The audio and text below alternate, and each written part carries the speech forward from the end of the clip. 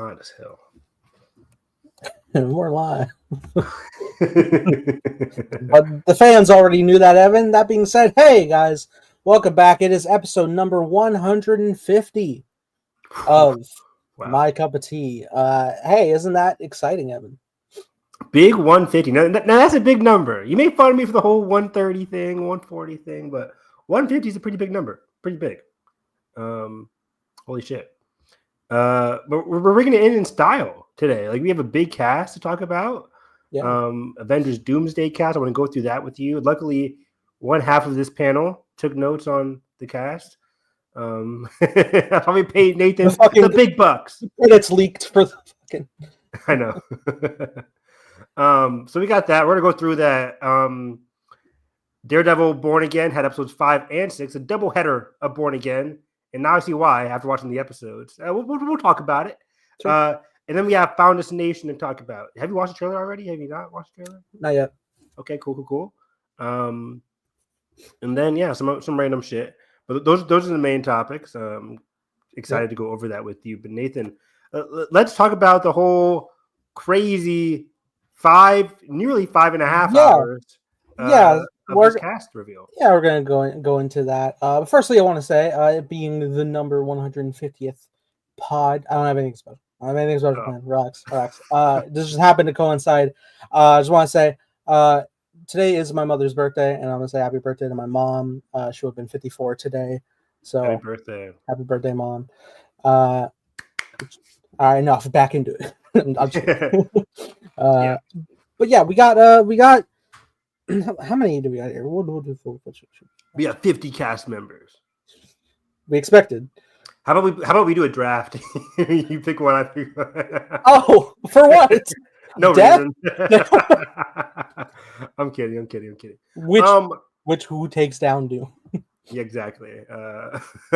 Who's gonna say he's right behind me, isn't he? The answer is Ryan Reynolds. Who is not in the cast. Yeah. But I think we should go through these names.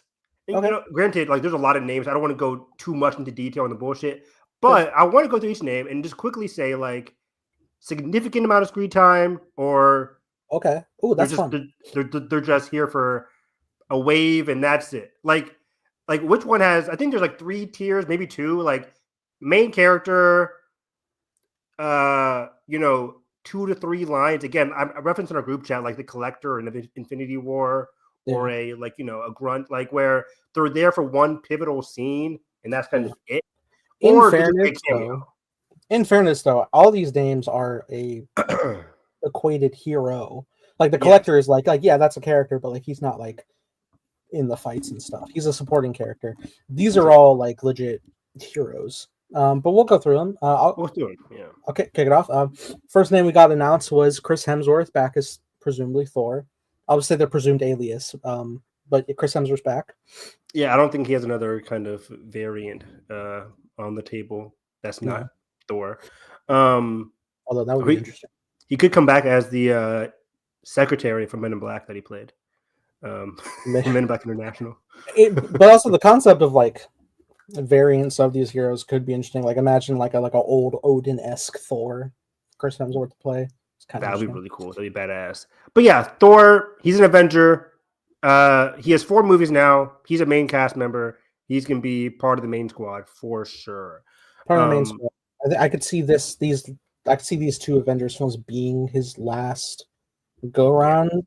I mean, we could get a 4 or 5 for all we know, but I could also see this being like all right, here we go. Now I'm gonna cool down with my many royalties. Exactly, and I'm very excited for Chris Hemsworth post Marvel. He's had like an up and down career, but a lot of his early stuff, guys. Cabin in the Woods. Did we do that on commentary? Cabin in the Woods. We did recently. Yeah. Cabin in the Woods. Star Trek 2009. We're a little bit there. Black Hat, an underrated Michael Mann film. He was great in. Like, he has some good acting chops. So yeah, I'm hoping he can have like a Robert Downey Jr. like team up with the Nolan kind of career, But also for this purposes of the MCU, over under 10% that his daughter is in this movie. I saw that tweet. Like, all right, fucking, I don't care. I don't care. That's a sweet moment because that's actually Chris Hemsworth's daughter. Yes, I So know. that's sweet. But like, I mean, even watching, I don't know if I anticipated like this is a new Young Avenger. But No. I don't. Yeah, maybe not. It could be. I don't know. It could be a background situation. Yeah. You never know. I'm just thinking about what kind of baggage he's bringing to this movie. When they see him, it's just like, "Hey guys, I'm here to go. Let's get started." Like, what's going to pull him to Earth? Is it just going to be the Doomsday scenario? We do have another casting that could pull him back in. So yes, and that's why I presume the focus will be on. yeah. Okay. But yeah, moving on though, we have Vanessa Kirby, Sue Storm. Yeah. Oh, before we get started more into this, do you think there was any kind of significance in the order of these casting? Besides the last one, we knew Robert Downey Jr. is like, okay, best for last, etc. Bullshit. But like, is there any kind of significance? Because we do have the entire Fantastic Four here, but they weren't back to back to back to back. What was the reason? Is there ABC order? No. No, it does kind of feel like someone hit shuffle. It does, right? Because even if you like are trying to like take existing groups, like all the Thunderbolts are spread apart. A couple of Wakandan characters weren't back to back. Like it does feel fairly random until like the big old reveals at the very end. Yeah, I'm just curious about that. I'm like, why is Vanessa Kirby here? It's like, it's not that she's second billing. It's just that like she's second in the cast. Not a lot of women on this cast either. By the way, we have Vanessa Kirby, Letitia Wright. Mm-hmm. Roman, whatever her name is, J. Israel Esquire. Yes. Never did see that movie, but yeah, I forget her name. Romine Jawadi. I don't know what fucking the Mystique actress. I forget her name. Rebecca Merlin. Rebecca. Where am I getting Roman from? Yeah, Rebecca. Right. Florence and Florence Pugh. Is that it? 4? Sorry, one sec. Is Ghost in this? Yeah, Hannah John Kamen. Yeah. But yeah, that's about it. It's a weird. Just not a lot of women in this. But yeah, we'll talk about the people that aren't in here afterwards. But yeah, Vanessa Kirby, Fantastic Four. We kind of knew they were going to be in this. It's called Doomsday. Fantastic Four's arch nemesis is Doom, so they're all in this cast. Not surprising in the least. I do wonder how big her son, Franklin, is going to be. We know he's in the movie coming out this summer. Regardless of the stuff trying to hide from us. But like, is he going to have a bigger impact in Doomsday? The kind of leaked stuff we talked about might indicate that, but you never know. Very true. What's next? We got Anthony Mackie back for Sam Wilson, the leader of the Avengers. I kind of wanted Cap 4 to talk more about his leadership roles, his capabilities as a leader. Didn't really do that, but he did grapple with like starting the Avengers again. So they kind of tease that in Cap 4, and next time we see him, he will be the leader of the Avengers. So that's going to be very exciting to see how he can lead this ragtag crazy group. Totally. Wasn't your whole crux of like the you're talking about their involvement of screen time? Oh yeah. I mean, these three big main characters, main characters. All three of them for sure, main characters. Like I see them very relevant to the plot. Yeah. I think Fantastic Four, I think, are going to be even more important than the Guardians were in Infinity War. If we want to do a comparison, yeah, because the Guardians came in like 15 minutes into the movie, maybe even longer. I would equate them as being the most like compared to like Gamora to Thanos in like importance to Doom. Gotcha. Oh yeah, I agree. That's a good comparison. And next we got Sebastian Stan, Bucky Barnes. Not too surprising, everybody's in this movie, but like I wouldn't have been surprised if he wasn't in this movie. But I guess like Avengers, everybody's in here. He was part of the Avengers, kind of. Since Civil War, since Infinity War. So yeah, he's an Avenger coming off of Thunderbolts. Our first character coming off of Thunderbolts. I think this is big main character energy from Sebastian Stan. He's leading the Thunderbolts along with Yelena. So we're going to see that continue in this movie. Totally. What do you think? I think it would be a fair bit of screen time, just given his veteran status of the whole journey. Agreed. And I think he's going to have like primarily most of his dynamics. I assume will be with Anthony Mackie, but he could build up good rapport with Florence and Thunderbolts. Yeah, exactly. And if people might doubt Sam as leader, he could be like, "Let the man speak." He could be that guy for sure. Just let the man speak. Bring him back for season 2 Andor. Exactly. And then we got Letitia Wright back for Shuri. Very exciting. I think me and you both are supporters of Black Panther Wakanda Forever. I think it's a very good movie. And I think she did a great job. She definitely exceeded my expectations for what she could do as leading a film. Yeah. And I'm excited to see. Yeah. She made a very powerful journey for that character. She is the sole survivor of that family at this point, which is sad. But it's interesting because as it was left, she is the functioning Black Panther, but potentially not the functioning ruler of Wakanda moving forward. We did see, T'Challa T'Challa Jr., however you want to say it, at the end of Wakanda Forever. The son of T'Challa and Nkoye? No, that's Nkoye. No, Nakia. Nakia. So how old is he now? Wakanda Forever came out in what, 2022? Yeah. It's been 3 years since then. That's not who I meant in terms of potentially ruling Wakanda, but who are you thinking? Who's ruling Wakanda? They were kind of teeing up the idea of M'Baku challenging for the throne, willingly giving him that chance to step up because I don't think Shuri wants to rule Wakanda. Oh, I forgot all about that plot. Maybe we should rewatch the movie. Interesting. We didn't even watch the first one on this stream. We haven't done any of the MCU outside of Spider-Man. I know. Spin the wheel. Fuck. Fuck it. It's Ant-Man and the Wasp. We're doing phases. You're gonna have a heart attack whenever it's phase 4. Like, just stick with Shang-Chi, I'll be happy. Shang-Chi. Okay.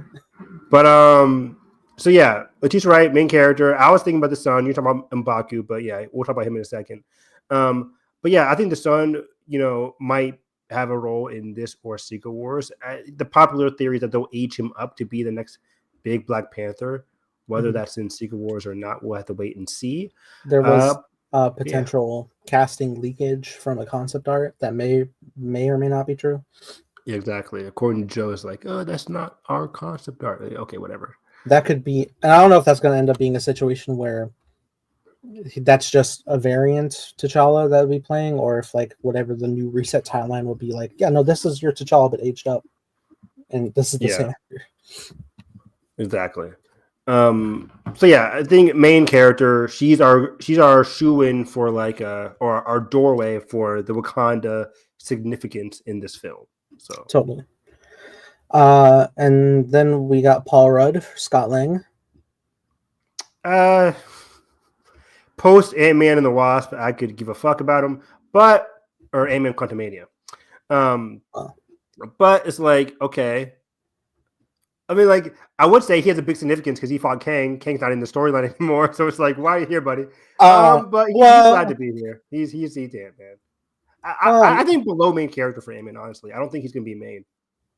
I don't know. He could be more supporting. Again, like, we know we're gonna be doing Young Adventure champions, so he could just be like one of the encouraging veterans, teeing them up, especially with Cassie's involvement.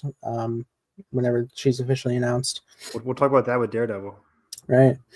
But yeah, also, I mean, it's not to sell him short that like the whole aspect of his involvement with the quantum realm led to the saving of everyone in Endgame, and that led to the opening of exploring multiple timelines and whatnot, which is how we get to variants. So some could have involvement. That's true. That's a good point. No mention of Janet, his wife or girlfriend. I don't know if they're married, but not Janet, but Hope. Going steady. Yeah. No, not as of yet. But it is important to also know that this is not all the names that are for the movie. That was confirmed later today. Yeah, it's weird, right? Let's do a quick aside. So, Hollywood Reporter came out afterwards talking about how this is our main cast, but they had a little blurb inside their article talking about sources tell us, Hollywood Reporter, that there will be more people signed on to this cast because there are some significant omissions. To that, I have to say, huh? Like, what's the point of doing a 5-hour, 27-minute live stream for these cast members? You bring out the chairs, you say Avengers Doomsday in production, just for 2 weeks later to be like, and we're also bringing in Benedict Cumberbatch, Spider-Man. If you really want to do that, add a few more chairs, speed it up, and do okay. By the end of the live stream, boom, Tom Holland, Benedict, Brie Larson, Mark Ruffalo. Like, why not do it now? Why wait later for characters that should be in this movie? Like, what's the point? I like to imagine that they decided to do this long 12-minute gap between reveals, and then someone was like, "Oh, this is taking a while. We didn't realize how long this would take. Let's just stop it here. Put Robert's chair down." No, but in actual seriousness, I don't know if this was just to like garner a little bit of hype of the new returning characters, and just like have that be like the run. Because I guess, you know, if they just like said like, "Here's everybody," be like, "Oh shit," and then now we wait for a trailer in the next year. So this at least gets some talking points going, and then when more come about. But yeah, I guess that is also weird to not just have like, well, what about the main obvious like ones you have? 5 days from now, Peter Parker's joined Doomsday. Yeah, cool. Mark Ruffalo. We cool. Just announce it now. Like why make a big deal out of it today? You made a big deal. This not great. It got millions of viewers, so it was like it did its job. That was just like 3 million viewed live stream by the end of it. Exactly. So it did its job, but it's just like it was ridiculous in my opinion. And I'm just announce everybody at this point. Mm-hmm. People are like, well, that's just Marvel. No, it's not. Marvel has never done this. Marvel has never done a stupid chair live stream before. They did a psych bonus hour for the Fantastic Four trailer. I'm mad as hell. That was crazy. That was funny as hell. I'm more mad at that than this though, because I was just like, all right, really? Yeah, because honestly, at a point, like I was already like just doing shit, so it was just like a part of my day. I mean, I'm sorry for everyone who fucking canceled plans to experience whatever this stream was going to be, but yeah, at a point it was like, okay, cool, 12 minutes, because it got like to be like a little fun game, because it would start to play like a character specific music cue. I'm like, oh shit, who's going to be? Because like guys, you would hear like drums. I'm like, who from Wakanda's coming? You hear the you're like, oh, what X-Men? It is a little fun. Nah. I mean, it was just like it's people's names on a chair. What are we doing in 2025? If your name was on that chair, I'll be happy as fuck. But I'm a kid from Brooklyn. No, I'm kidding. I'm just, I'm just like I'm a fan. So, but like, if I'm an actor, I don't give a fuck. Like, but it's weird for me. It's just so weird. Like, Brie Larson I thought would have been number one on the call sheet, like right after Anthony Mackie, and she might be, but like. So, are you telling me like there's people like Doctor Strange, Spider-Man, Mark Ruffalo who would have bigger roles than some of the names on this list and just aren't on the video that you're saying Doomsday's in production? Like it just feels so odd to me. I don't know. At the same time, I can't imagine they're going to do this again. They're not. The next ones are just going to be on a deadline article. That's it. Which fine, cool. That's how you did. That's how you did 99% of the other movies. But this one just felt so weird for this execution, and then just to not reveal the whole cast. It feels awkward and weird. It makes no sense to me. But okay, but yeah. Speaking of that, though, it's just like Brie Larson, Captain Marvel, 1000% has to be in this movie. I'd be shocked if she wasn't. Spider-Man has to be in this movie. I'd be shocked if he wasn't. I think that's already been confirmed via his deal with Marvel. There's a big leave off with Tiana Paris in the timeline that Beast is in, who got announced. Thank you. Yeah, Tiana Paris. That's kind of like the whole.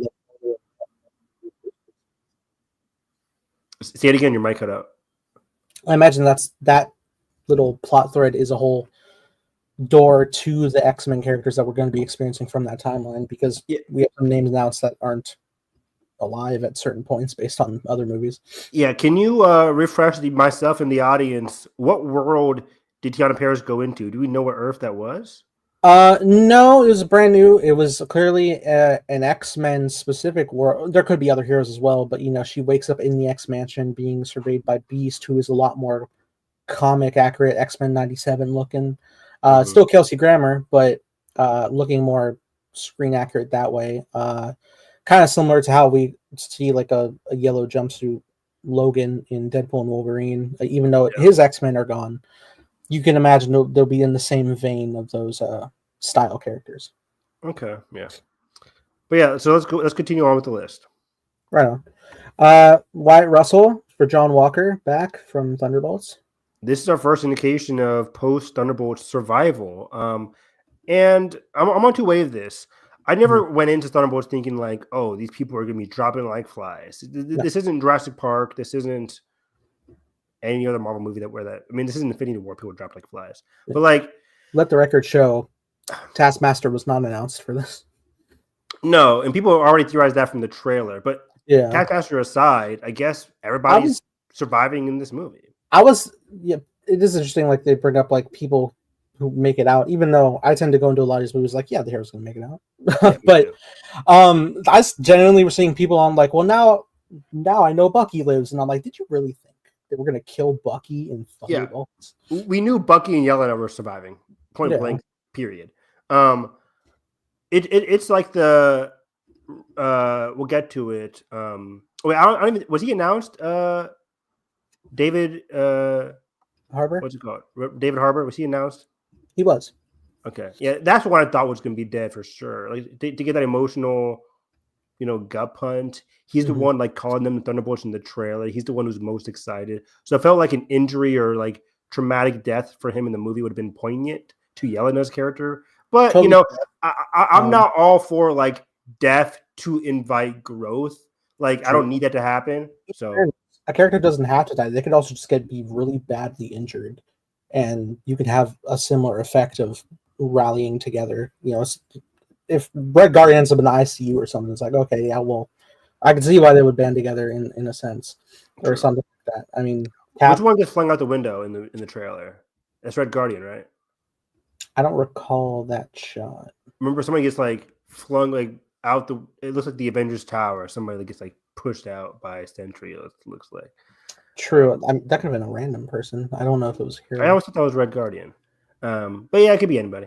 But anyways, so yeah, this is our first indication that a lot of the Thunderbolts cast survives. That's fine by me. But it does, on the positive end, kind of indicate a importance to see Thunderbolts. Granted, he could have used the same argument for Captain America 4, which didn't do that well at the box office. But now that we have a lot of the main cast of Thunderbolts, even Sentry, we'll get to him returning. I think that invites more people to want to go see Thunderbolts, maybe. It might have that Captain Marvel effect. It might not make $1 billion like Captain Marvel did before Endgame, coming for that like post-Infinity War effect. But like, you never know. This could have a big effect on people wanting to actually see Thunderbolts.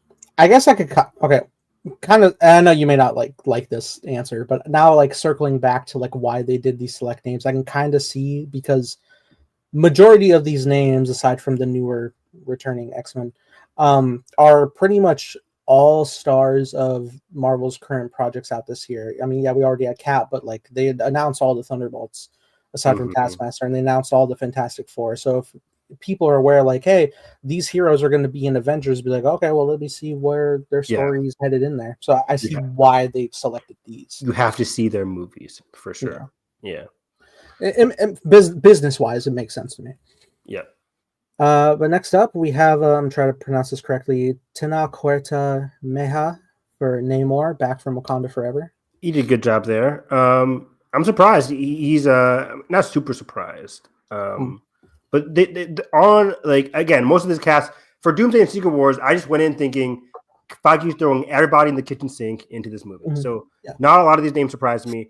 Tena Huerta is a bit surprising given the fact that he's a villain coming in here who had a grudge match with our other cast, Letitia Wright's Black Panther. So it's like, okay, what's going on here? Loki villain once.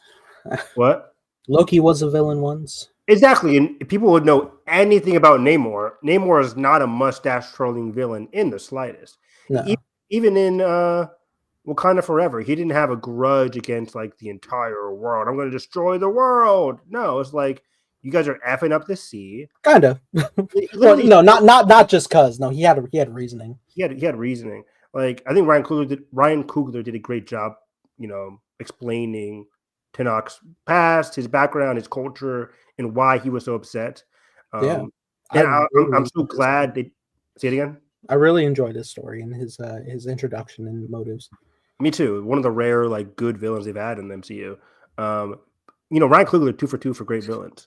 Yeah. And Coogler learned not to kill your great villains. I'm excited to see more Letitia and Namor. There's been a lot of fan fiction about them, obviously, but obviously.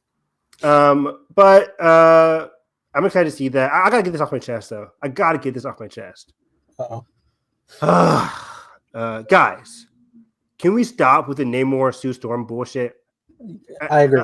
I'm calling it bullshit because it's not going to happen. B, it wasn't even in the main universe. If you read a comic book, I think a lot of these people are pulling it like off of what their friends or what the internet. People pull like a lot of like examples that are like 9 times out of 10. No, Sue didn't do that. Yeah. Like, I know they like to pull one where like they're like about to kiss and it reads in the back like, no, that was like a variant cover that wasn't even in the comic. Exactly. Shit like but again, it's the internet like dialing up like that was what was not even a prevalent thing. This was in the Ultimates universe. It wasn't in like the main universe. It was in the Ultimates, which had some great things like Miles Morales. Then it had some bad things like this. So it's just like, or the Ultimates X-Men. I didn't really like that much at all. It's such a slight and detriment against the character of Sue, who is like a right very diehard committed partner to Reed. Right? It's like, you better watch out, Reed. What the fuck? What are we doing here, guys? Like, yeah, Namor is an instigative asshole with it, but Sue doesn't fall for it. Yeah. Like, what are we doing? You better watch out, Reed. Uh-oh, drama. No, there's not. There's not going to be drama. They're not doing this dumbass storyline. It's 2025. It's not happening. It's stupid. It's not happening. 0.000 chance that's happening. I just hate people like capitalizing on that relationship. Much more so, we're going to get, again, Black Panther, Letitia Wright. What's her name in the movie? Shuri. Shuri, thank you. We're getting Shuri and Namor, reunion. Not saying they're going to get any romantic leads or anything, but just like we'll get more of a whatever Atlantis is called in the movies, and Wakanda connections. I think it just is Atlantis. Didn't they call it like Tanakh? It did have a different name. You're right. I'm going to butcher it, but yeah, it's like the Aztec name. But yeah, so I'm just like, let's stop that, guys. But Namor, a villain, excited because like when incursions happen, he's affected. I could see him being like, okay, I'm gonna team up with y'all. Cool. Sorry about your mom.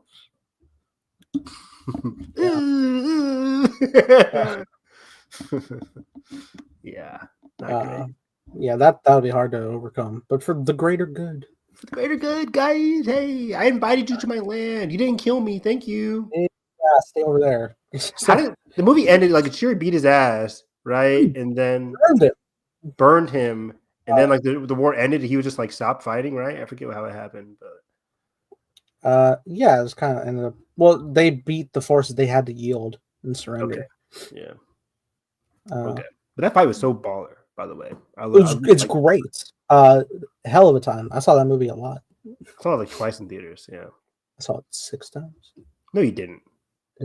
Wakanda Forever 6 times. Yeah, and I got COVID. COVID out of it. Nice, buddy. Sorry, I supported the Black Panther. What a great movie! Great trailers too. Yeah. Anyways, really good trailer. We've got to be faster. Main character below main character for Namor, who have a cool action scene. Yeah, good scene of action and showcase, but supporting for sure. Yep. Evan Moss Backrack, Ben Grimm, main character because he's part of the Fantastic Four. Glad to see him. What's up, cuz? Right on. Simu Liu, Shang-Chi. Let's go! Let's go! Let's go!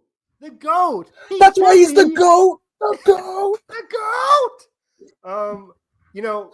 I wish Daniel Destin Cretton was Still writing this directing? movie still, or directing Yeah. this movie still, because Shang-Chi would be the main character. He left for Spider-Man 4. You hack. I'm kidding. I'm kidding.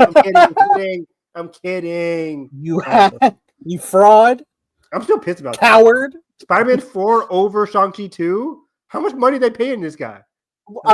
Okay, well, if you see that on the, I know Shang-Chi was like is important to him. No but, way, like, Nathan! A Spider-Man movie, Wow! a Spider-Man movie. Like if you're offered a Spider-Man movie, let alone like a fresh start of a trilogy, that you could tell your own Spider-Man. Like Nathan. Let me ask you a question. all right, well, if he's aware of the multiverse, then I understand. Imagine you do a Time Blazer movie.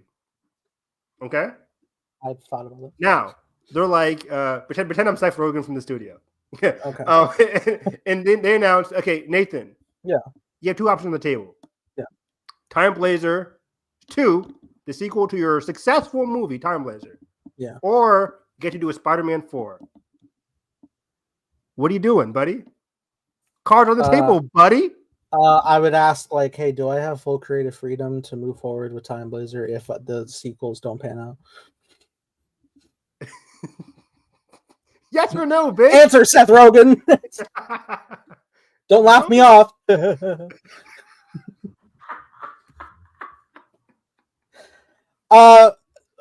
Listen, Evan, I already said I would independently make Time Blazer, so I would do Spider-Man 4. You fucking sell out! Yes! It's money and it's Spider-Man. Oh man, I'm dead. I'm a white guy in Hollywood. I fail up.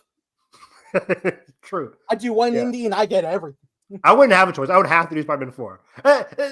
That's true. Destin did like he did 2 movies and then he did Shang-Chi, and then now it's just like, he was producing what was that one show coming out this year with Candyman?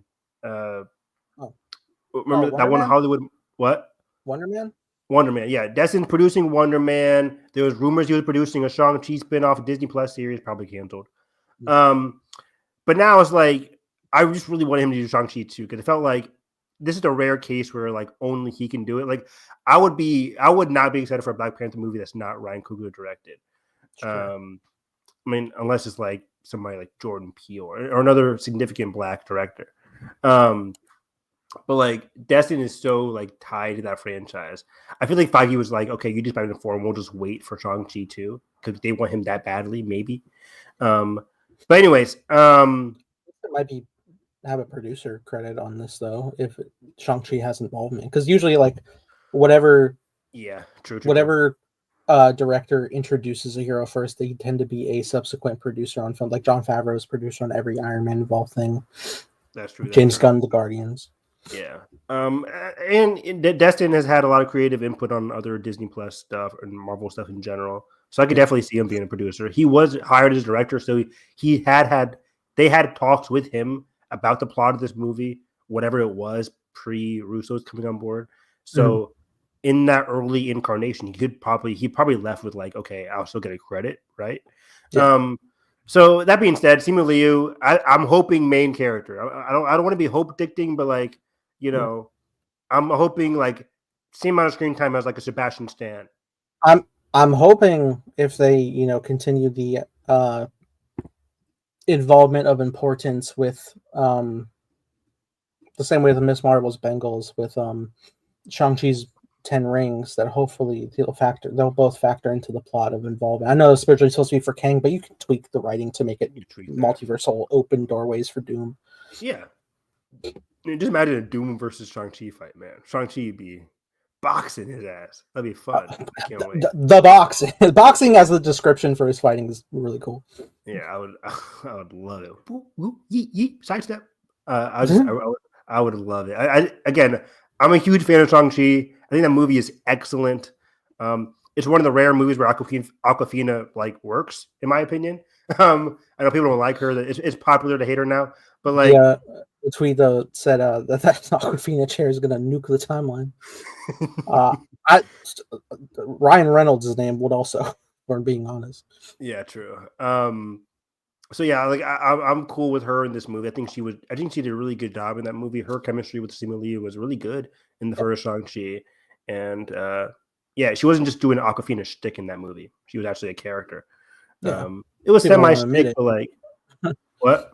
Not that people would admit it, but yeah. Yeah, I'm willing to say because I don't give a fuck. I don't care. But like, I thought she was really good. Anyway, Simu Liu, Shang-Chi.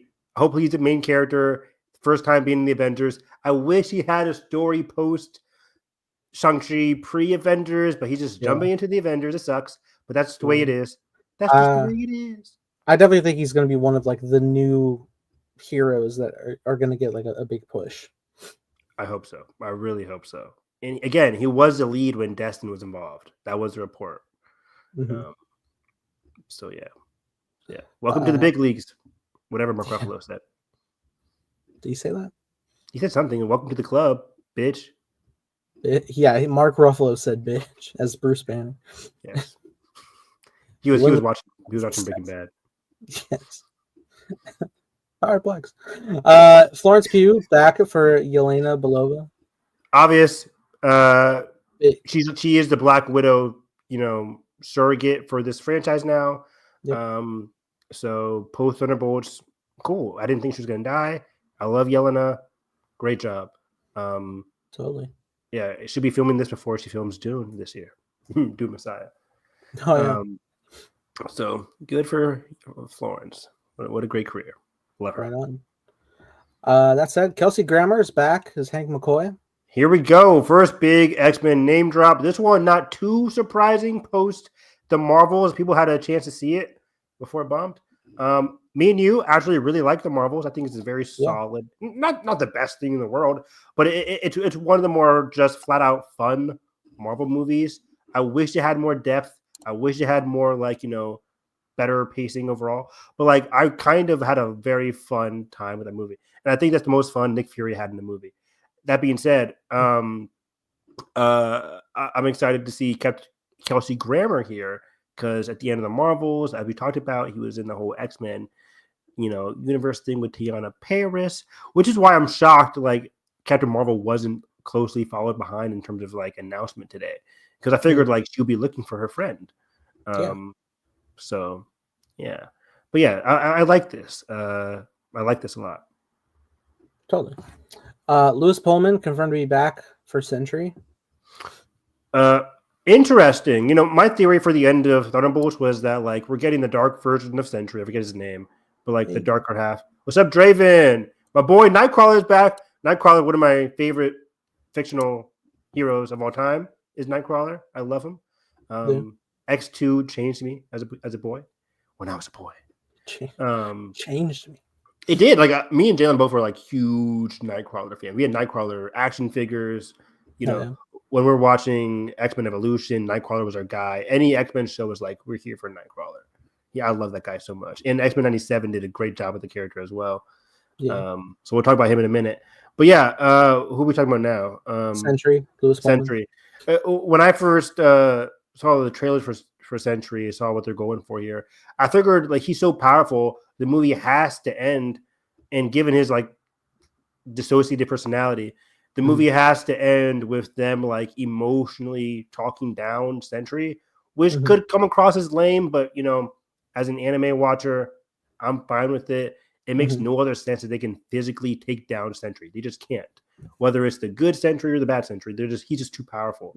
Does he have a kryptonite of sorts? I don't think so, but I think his kryptonite is his unfortunate,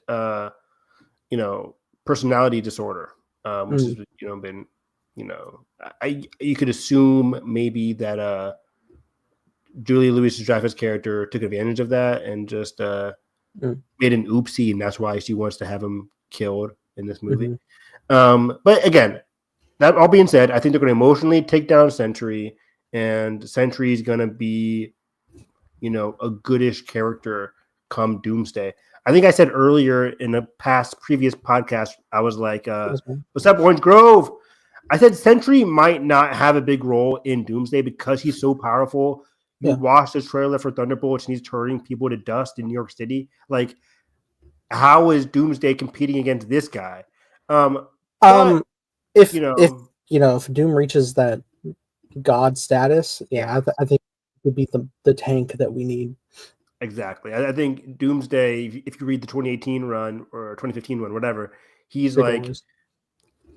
crippling Thanos, that famous image. Pulls his So it's spine like out, right? pull his spine out. Yeah. So he's a very like multiversal, if you want to do power levels, multiversal power level. Yeah, kind of character. So I think Sentry would be not as powerful as I predicted against Mm. Doom. So yeah, I think he'll be a villain in Thunderbolts, semi-hero for Avengers Doomsday. Yeah. So very curious to see how Thunderbolts ends now. Totally. Danny Ramirez back for Joaquin Torres, coming off the heels of Captain America. Obvious main character. Not main character. I think he's side character. Yeah, Sentry's one of those characters with the broken power level, says Draven. He's either a Deus Ex Machina or he's a fodder for the big bad. Fair, and I mean, it would definitely show, once we showcase his power level in Thunderbolts, and probably at some point in Doomsday, it would be a great showcase for Doom. Just like, oh wow, so he's at this scale. Like, oh, we gotta re-strategize. Yeah, I think that'd be a good thing to be like, oh, if Sentry's is powerful, then Doom has to be even more powerful. So yeah. Joaquin Torres, the new Falcon, back. Yeah, I said main character, but I think like sub main character, not as much screen time as he was in Cap, obviously. I think as similar to Sam Wilson's role to Steve Rogers when they were running together. That works. Yeah, he'll have some jokes because he's comedic relief now. Arguably, what Sam Wilson's role was in Infinity War. Yeah, Sam didn't have that big of a presence in Infinity War. He's in the fight. He was on the run with Steve, and he had some lines. He had some sunglasses and hair and a hat. I mean, yeah, he had presence, but he wasn't. He wasn't Steve and Tony and Gamora and such. Yeah. Joseph Quinn, Johnny Storm. Knew this was coming, Pete. We knew this was fucking easy. That said, whenever Spider-Man's announced, I really want to see Human Torch Peter Parker dynamic. I would love that. Obvious main character. Welcome to the club. Totally. We had mentioned David Harbour is back for Alexei Shostakov, Red Guardian. He does not die. Yelena gets to keep her father figure. He could die in Doomsday though, so he could be a variant. You don't know. He could be a variant. Yeah.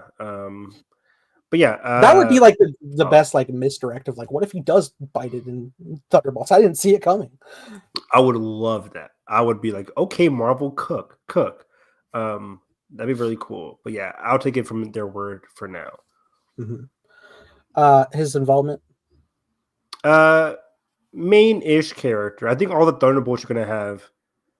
I think out of the Thunderbolts, Sebastian Stan and Yelena are gonna have main character energy. The other one's going to have semi, kind of like you just talked about, Falcon kind of energy, low mid-tier character support. Yeah, we brought this up. We think, it's been confirmed they haven't announced every actor that's going to be in Doomsday, so we kind of do expect Hulk to be later on in the announcements. Yeah, just for those catching up, THR, Hollywood Reporter, did confirm via their sources, or they're reporting, not confirming, reporting via their sources that the characters that aren't listed here, some of the main characters, will be added at a later date. Will be announced at a later date. So your Hulk, Captain Marvel, Doctor Strange, Spider-Man, they could be added later. We know Tom Holland filming The Odyssey. We know, I don't know what Mark Ruffalo is doing, but me and Nathan talked about it earlier, where it's a lot of these casting announcements were people that had a presence in 2025. Or recent presence, but then you could argue Tenoch Huerta, Black Panther stuff. So you don't really know, but it's flawed logic, but I don't get it either. But even to that point, those are also fairly recent projects of Marvel. That was 2022 at this point, but it's only relatively about a couple years ago. Yeah, true. Most likely, at least by Secret Wars for sure. Yeah, I always thought fucking Toby and Andrew for Secret Wars. Granted, I thought Patrick Stewart and Ian McKellen were Secret Wars, but now they're in Doomsday too. So it's I think Toby and Andrew specifically are just might be just stayed for Secret Wars, but Tom Holland definitely he's in this movie. He's got to be.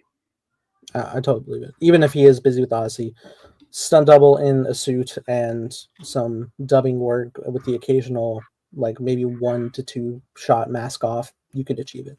Yeah, now that Peter Parker's identity is concealed, he's going to have to be Spider-Man majority of the time. He can't be able to take off his mask anymore. I mean, although if he does like mask off with solely the heroes, I think that works narratively, as long as it's not to the world. True. Moving on though, Winston Duke back for M'Baku. M'Baku! Yeah, you mentioned earlier how he might be in contention to lead Wakanda, so that'd be a cool dynamic as we head into we haven't seen Wakanda for 3 years now, so that's cool. But yeah, I think not a main character at all. Mid-tier, probably around the same length as the other Thunderbolts characters. He was in Infinity War. It will probably be a similar involvement. Exactly. Kind of like his specific Wakanda scene, and that'll be it. Sure. Hannah John Kemen for Ava Star, Ghost. Thunderbolts. Like, not even a top-tier Thunderbolt, like David Harbour or, other one. So, like, I think... big power, though. The ability to fake through. Yeah. Who needs Kitty Pryde? Kidding. But yeah, low to mid tier supporting character. Not, she's glad to be here. We'll watch her be a fan favorite this time around. I wonder. I'm not expecting a lot of lines from Hannah, unfortunately. Even though I think she's a great actress. Mm-hmm. That's about it. All right, Evan, the big one for you. Owen Wilson. I'm kidding. Tom Hiddleston is back as Loki. Wow, this is a big one. I had a huge gripe with the end of Loki season 2. I hate the whole sacrifice bullshit. He leaves Sylvie. Owen Wilson gets to run off in the sunset, but he gets a sad ending. Sylvie gets a sad ending. Most of the characters in that season didn't have great arcs. But Loki, sacrificed himself to be Father Time. He could play a pivotal role in this movie. He's in charge of the multiversal tree. Yeah, he's keeping all of the timelines alive, essentially. So he could be not a MacGuffin, but he could be like a target of attack from Doomsday. If you want to cripple the timelines, you can go after this guy. And that could pull Thor into the fray here, being like, my brother's under attack. Thor has no idea that Loki is this weird version of Loki is even doing this. The MCU is so messed up. Like, your brother's dead, but there's a variant of Loki who had a crazy arc, and now he's protecting the timeline. It's like, whoa. It'll be interesting for both sides, really. Like Thor being able to reconcile with Loki after being unceremoniously lost so quickly, right when they were starting to get along again, and then at the same time Loki having had this turnaround a lot sooner in life than the Loki that Thor lost, and having gone through all of this development and reacquainting with his brother once more, especially having been separated from everybody in the show for who knows how long it's been. I have one qualm. I hope they don't, because he's been under this kind of pressure and power. I hope he's still Loki. You know what I mean? Like when somebody he's not insane. Not insane, but he's just monotone or just I am in charge of time now. I don't want him to be to lose his personality because of the weight and the power that he's commanding. I don't think he would, because I think Marvel is aware Loki is such a prominent fan favorite because of how Tom Hiddleston has portrayed him in all of these iterations for so long at this point, that they wouldn't want to just nerf him to some muted version of himself, right? I think he's going to be good. I can even see him being a person who is holding stuff together, and maybe he's able to make a physical projection of himself within a timeline. So maybe he's not physically in the fight, but he is able to work with the heroes and kind of guide them along the best he can. Do you think he's getting out of the chair? No, not necessarily, not physically out of the chair, but the way he makes projections of himself anyway. I think he could project an image of himself in the existing MCU timeline that our heroes are in and commune with them that way. Got it. Lastly, the big Disney Plus question: who watched Loki season 2? And for 99% of people watching this movie, they saw Loki die in the most highest grossing movie of all time, second highest grossing movie of all time. But then in the highest grossing movie, that one Loki got away. It made a show. Do they remember that? The very show that kicks that off has that scene replay. I mean, true. I mean, it is a popular show too. That was like the third show that Marvel did for Disney Plus within the same year, 2021. It was a big thing. Only 6 episodes, easy watch. Yeah, it's just 12 episodes in total. Again, that's basically like one normal season. That is a very easy watch for anybody who wants to catch up on the events of Loki. Yeah. So I'm curious. I think undoubtedly they're going to have a short like synopsis of like how this happened, how he got here. So I'm very curious to see how they explain that, because I would like just jump and say, "Hey, here's Loki." Boom, bye. It's like, whoa, what's true?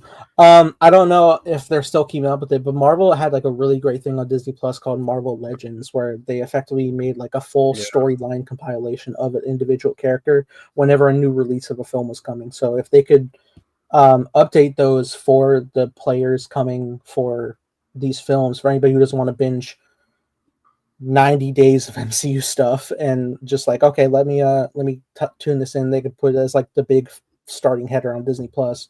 True. Another big question: which of these MCU casts, or the ones that's just got announced today, know about Loki's predicament? Does anybody of the characters of Loki being in charge of the timeline now? Like, who knows where Loki's predicament of these characters? Who knows? Like, hey, Loki's here now, or this variant of Loki. Like, it's just the TVA being like, hey, like I'm very curious how they bring him into the story. Because obviously this is a multiversal story. He's in charge of the multiversal tree bridges now. But I'm like, what character is going to be like, I know where to go? Like, kind of like the Tony Stark being like, I have a friend, cut to Queens. Like, it might, I mean, in fairness, it might not be they look for Loki. It could be Loki takes notice of Doom gaining his power and like, okay, I need to reach out to who I know who's like, I had a bad run-in with the Avengers, but now I realize they're the only people who could come together to stop this. Gotcha. That makes much more sense than I was thinking. Okay, yeah, I can see that happening too. Yeah, totally. So I think major big player. Major big player? Or at least I think he's a function of the plot. Yeah, I think he's a one scene, one location, but major character for that one location. That one location being like his area, wherever he's at. Well, I don't know, because again, I think they're going to have a big arc between Thor and Loki. Oh, duh. Arc? I'm not thinking of character. Well, yeah, because who is Thor really playing off with the most out of people here? Great question. And he had like a hell of a great arc in Infinity War. And that's a great question. But who would have thought like Thor and the Guardians would ever have an arc together? You wouldn't have expected that pre-movie. That's the magic of these crossovers. You could have a blend of things that you don't expect to work well together. So what I'm saying is it could be Thor and somebody else that we're not expecting besides Loki. But yeah, sure. You bring Loki in here and it's going to be Thor. Thor and Shang-Chi will be lit. They have yet to do any scenes between Thor and Spider-Man, and they always have a fun dynamic in the comics. I would like to see that. I would love to see that too. So yeah, but yeah, you're most likely right though. Like Feige wouldn't drop the pass to see these two, Hemsworth and Hiddleston, together again. Right. 12 years later, 13 years later. Since 2019, beginning of. I was thinking Avengers, but yeah, 2017, 2019. Yeah. You're right though, yeah. But yeah, head into the big leagues, Evan. Patrick Stewart, Charles Xavier. Let's do these back to back. Patrick Stewart and Ian McKellen here. And Eric Lensher. Nice. I wrote. Wow. I had these build for Secret Wars. I didn't think they would be in Doomsday at all.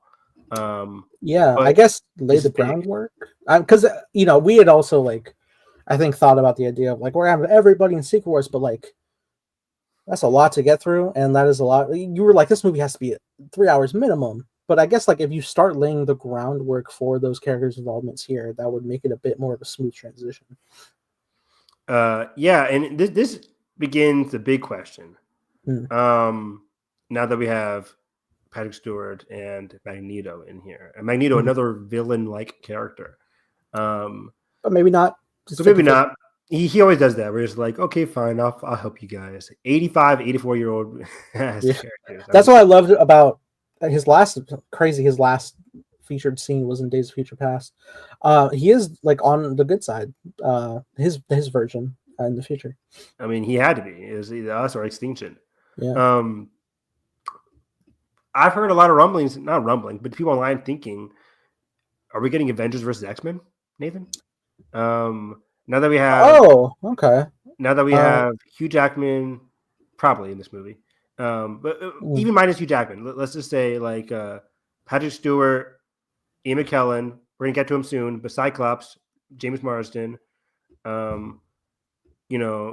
Mystique, who is the sidekick to Magneto, Yeah. and then like we could get Hugh Jackman, we could get Jean.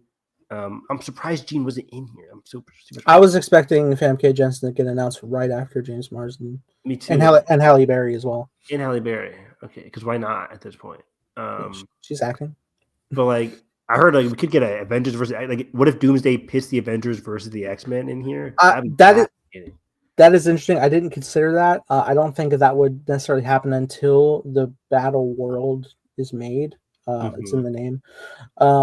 Hell, even like the idea of Avengers vs. X-Men is something I figured they would save for post Secret Wars. So like, here's the new X-Men, here's the new Avengers. Me too. I think Avengers vs. X-Men will happen on a bigger scale.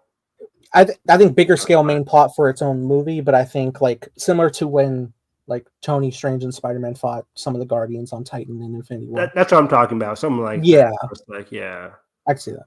They fight and then they're mates, kind of thing. Like that'd be fascinating. Where like they're forced to fight, or have an ideological difference. Yeah. Patrick Stewart and Ian McKellen, they're always having these ideological differences. They're always beefing. We get James McAvoy or Fassbender, which is unfortunate. I love those iterations. I love those iterations a bit more, mostly because like these guys are 80 years old. Like, what do we expect? What do we expect they can do now? Besides like sit in a chair or do one thing. Like, I'm not expecting. One of them is in the chair. Yeah, I'm not expecting a huge action scene from these two old guys. I'm glad they're here. But I mean, even in terms of just showcasing Magneto's power, he can do a lot with his power with minimal movement. Just put your arms up. Yeah, just put your arms up. It's all in the mind. Like they really are like minimal movement for big effects. I'm not expecting Magneto to be like weave. Like he ain't doing that. Like Magneto's to stand and like say some bullshit, some baller one-liners, wave your hands, and that's it. Yeah. My expectation here is I think Magneto will have a feat of strength physically, and I think Charles will be like a wisdom figure, and I think he may be involved. You may get a scene where he looks introspective to the mind of somebody for the history of Doom, whether that's Doom himself or Reed or somebody. Okay. Maybe. So are you expecting main characters energy from these two, or they're just happy to be here? I really am unsure. It depends on how big of the involvement, but given that there's so much of X-Men cast here, I could see them being the primary people to discuss any form of plot with. True. Man, but let's jump over to my guy, James Marsden, Cyclops, my guy. Yes. Granted, sorry. I fully hope he is the full-on leader Cyclops, full yellow blue 97 X-Men. I know you speak my language because he is not great in those first X-Men movies. He's great casting. Great casting, but he's riddled with this bad love triangle angle that they wanted to do. He should not be named, like directed him to be so stoic in those movies and so unexpressive. He's supposed to be a leader figure in like the first one, and he gets kidnapped and brainwashed in the second one, and he has one or two scenes in the last one. He doesn't get a lot of involvement, sidelined by Logan. Yeah, worried about Jean. It's like it's not great, but people who grew up on those movies like us have come to really love the actor James Marsden. Yeah. In those movies, even though we realize Cyclops doesn't have the best role in those movies. But now it's 2025, and we're like, okay, James Marsden should be the leader. You mentioned Professor X and Magneto having like the plot significance and their voices being heard, but I want Cyclops to be like the guy up front. I think like in regards to the X-Men, I think how it usually, like, Professor X will send them on their mission, but Cyclops will be calling the shots and the maneuvers. Like, how Sam Wilson will be the leader as Captain America, so too will Cyclops be for the X-Men. Yeah. I think just besides Simu Liu, who I expected to be here because he's Shang-Chi, this was the most exciting name I've heard. More than Ian McKellen, more than Patrick Stewart. Like, I think, because I'm a huge Cyclops fan, especially in the comic books, especially the recent comic books, guys. If you're reading the 2024, 2025 X-Men run, Cyclops is the new leader. He's such a great character. And I hope they make him a main character in these movies and Secret Wars. Yeah. All right. Yeah. He wasn't great in those movies. Yeah, he got sidelined. They didn't know what to do with him because they wanted Wolverine to be the main character, and they couldn't have Cyclops and Wolverine be the two main guys. So yeah, not great. But also at the same time, whenever there was scenes between Wolverine and Cyclops bickering, that was nailed perfectly. Great dynamic they had. I just wish it wasn't just like, I'm mad at you. What do you do with Jean? Like, can they argue about something else, please? Yeah. Spider-Man 4 is going to be set after Doomsday, but before Secret Wars. Correct. Coming out next. For right now, it's July 2026. That's the current theory. There's interesting speculation on the villain based on reports in the last. Oh yeah, we haven't talked about that. I didn't even put that in my show notes. I think I bookmarked a couple of those tweets. Yeah, we're gonna talk about that after this. Yeah. Real quick though, Alan Cumming is back as Kurt Wagner, Nightcrawler. Awesome, Alan Cumming from the Traitors. Let's go. Hey, I knew you would say such a thing. Sorry, he's a great host on the trailer. All 3 seasons of the Traitors. He's great in everything. Have you seen Spy Kids? Never heard of it. No, he's great in so many other things as well. But like, this is great because he was great as Kurt. He really had that that individual who was very religious, outcast figure, and he conveyed it so well. And he only ever played him once in X2. Yeah, he only played him once in X2, but he has had such a big impact because of his, of course, the White House scene was impactful. Yeah, his power set alone is so cool. It's literally inspiration for Ashley's powers in Time Blazer. Yeah, I think of any teleporter in fiction, Nightcrawler is like number 1 or 2. I don't know whatever big teleporter in fiction there is, but like Will.i.am. Get out of here. Actually, spine, Johnny boy. Let's check out our commentary for X-Men Origins. X-Men Nightcrawler single-handedly really like uplifted the teleporting abilities in genre. Like he's so good in that character. I'm very I mentioned James Marsden having me excited, but Alan Cumming as Nightcrawler, I'm very excited. Like the fact that we're getting Alan Cumming as Nightcrawler, it does tend to flesh out. Like we're getting a full X-Men cast at this point. Like, why would you cast him and not Famke Jensen or anything like that? Like, we're getting a full X-Men. If that's the case, if we're getting a full X-Men, we got the full Avengers. Like, what's their role? Are they all going to be main character energy? Like, what's going to happen here? I imagine. I mean, with how happy Days of Future Past left me seeing all the characters together, especially Famke there, in Logan's eyes, I don't see how, especially if you have Hugh Jackman back, which you absolutely will. I think that would be great dynamic. Again, it's going to be full on Scott Jean, but Logan has a dynamic with Jean. Yeah, it is very exciting. Yeah, I think Alan Cumming will have a serviceable role. He's not going to be like a main character, but you're going to get like a good action spotlight for sure. Yeah, they're giving him an action spotlight 1,000% because I think Feige, of course, worked as an intern or a major player in the early X-Men movies, so I think he really since the understands the first. characters. Yeah. Yeah.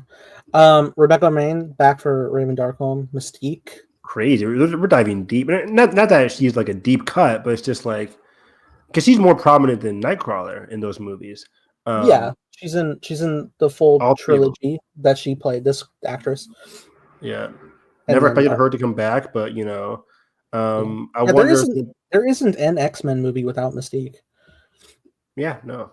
But I do wonder, like, are they going to put her through the heavy makeup for her? I think we have it streamlined though. I don't think this is like a thing that you can like do with what they're doing with Beast, which is the mocap, because he's supposed to be like a bigger size anyway. But I think we've come along. Like the evolution of makeup has evolved to be reduced significantly. I think the same way they were able to do it for Vision, they're going to be able to do it here. Yes, it's a full body thing, but I think that they can like function like almost like a thinly padded suit in a way where it's almost like clothing, but like it fits well, and whatever like made they always are CGing out creases on superhero suits, Spider-Man specifically, so they had to do it for like what's supposed to be flesh. It would make the most sense. Wow, what is she right now? I presume her involvement will be she will be infiltrating somewhere in disguise. I very much feel that is going to be a necessity with going up against whatever labyrinth of a fortress that Doom is going to set up. She's young. She's 52. Right on. So yeah, I'll expect a cool action scene from her. Let's see some leg work. Thanks. I've seen Son of the Mask. I've not seen Son of the Mask in ages. Oh my gosh. I will say we like Jennifer Lawrence a bit in her first two appearances. It's just she's great in Days of Future Past. Yeah, like we understand. Yeah, she gave up. If your involvement gives up as well, we understand. But like testament to her in First Class and Days of Future Past, she's an Oscar-winning actress, Jennifer Lawrence. She knows what she's doing. Yeah, she's an excellent actress. She just gave up in Phoenix and Apocalypse, and arguably has more development than Rebecca Romijn's Mystique, though. If you just have it as a whole, all-encompassing, but she shouldn't have been. They made her have a big involvement because she's Jennifer Lawrence. Yeah, Rebecca Romijn was great. Evan, though, will Mystique be Nightcrawler's mother consistently in this timeline? Nah, because they're both like old. Sure. We already said James Marsden. Is he younger than Alan Cumming? How old is Alan Cumming? He might be like the same age. Alan Cumming is 60, so he's 8 years older than his mom. The magic of movies. Gotta love it. We already talked about James Marsden for Scott Summers. Channing Tatum's back. Remy LeBeau's Gambit. And you said on Twitter that he would have the accent again. You think so? The goofy accent? The thickest Cajun accent. He's gonna make a name for himself here, Evan. For sure. Why do you not like it? They made fun of it in the movie itself. They know it's bad. They know it's a bad accent. It's not a bad accent. It's a bad accent.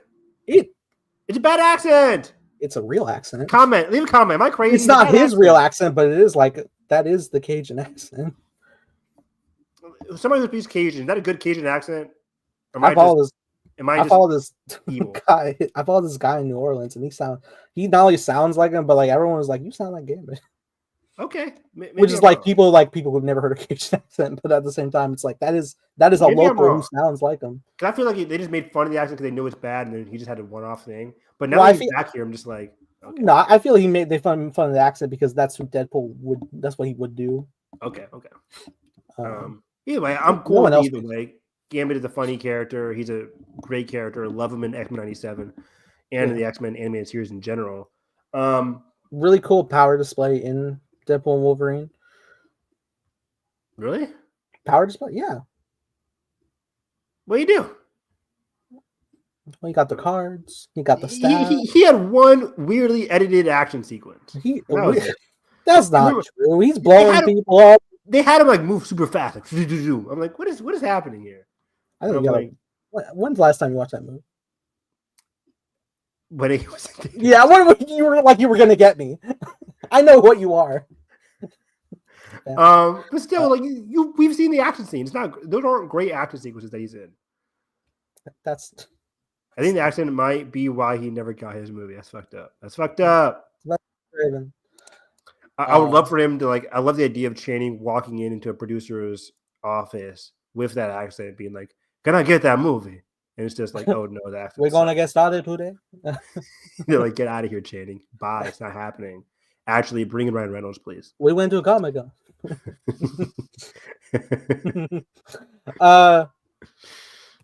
This is funny because but yeah, involvement I think will be probably equal to what he did in Deadpool Wolverine. He died in Deadpool Wolverine, though, didn't he? No, nobody died. Nobody on screen died. They right off screen, right?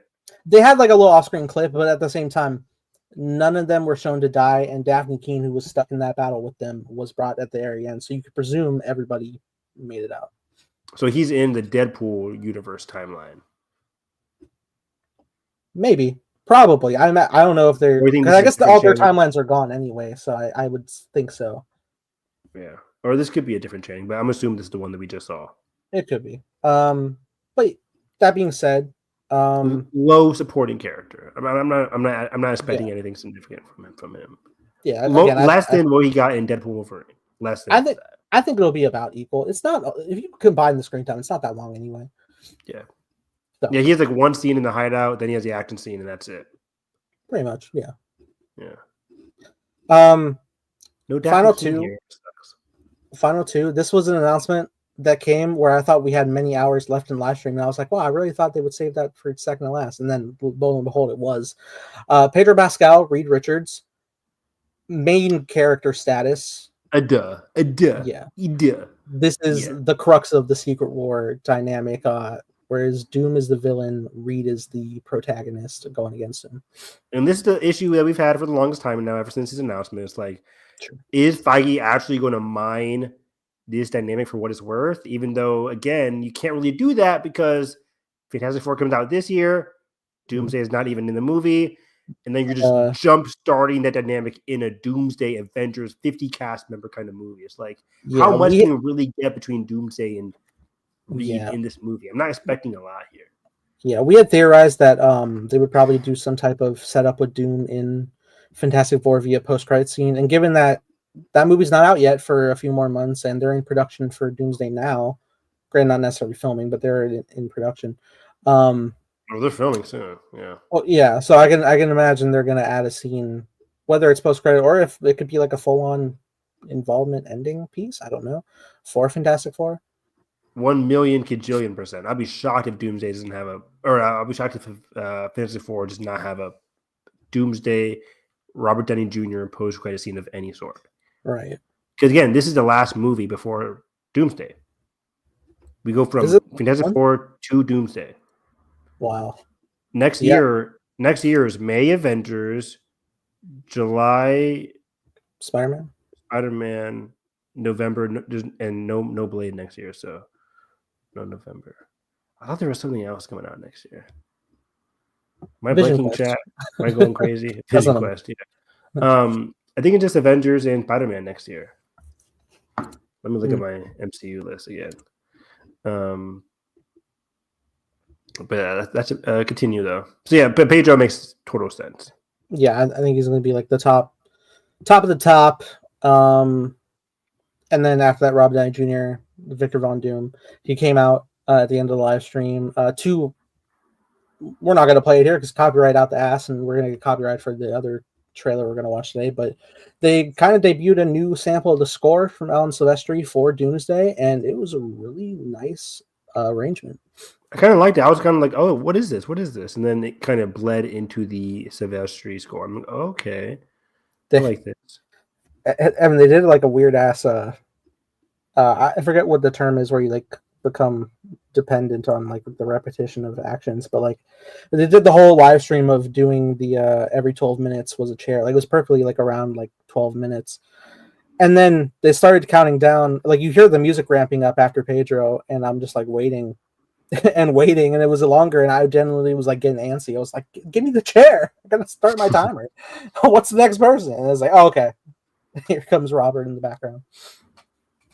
Yeah, it made a lot of sense. Robert Downey Jr., recently Joe Russo was just doubling down on like we couldn't find a better person than Robert Downey Jr. And look, I endorse your movie, I get it, but You're lying to yourself. Lying to yourself. You will find a better Doom moving forward, I imagine. Right? You would have to. This guy's dying in Secret Wars. Yeah.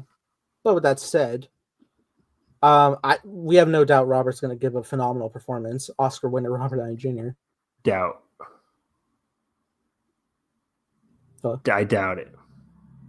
do you doubt he'll give a good performance? Why? I think he's gonna do a little less. Dr. Doolittle, whatever that was. You messing with me? Yeah. I'm kidding. He'll be great as he always is. But it's still just a bummer in the back of my mind. I can't scratch it.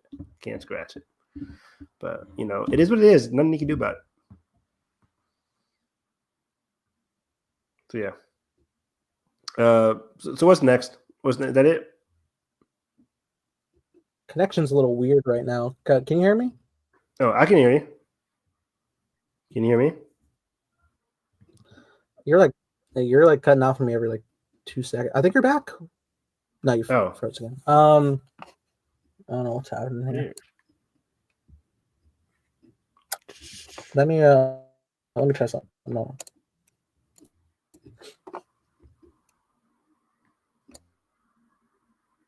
Am I frozen for anybody else on stream?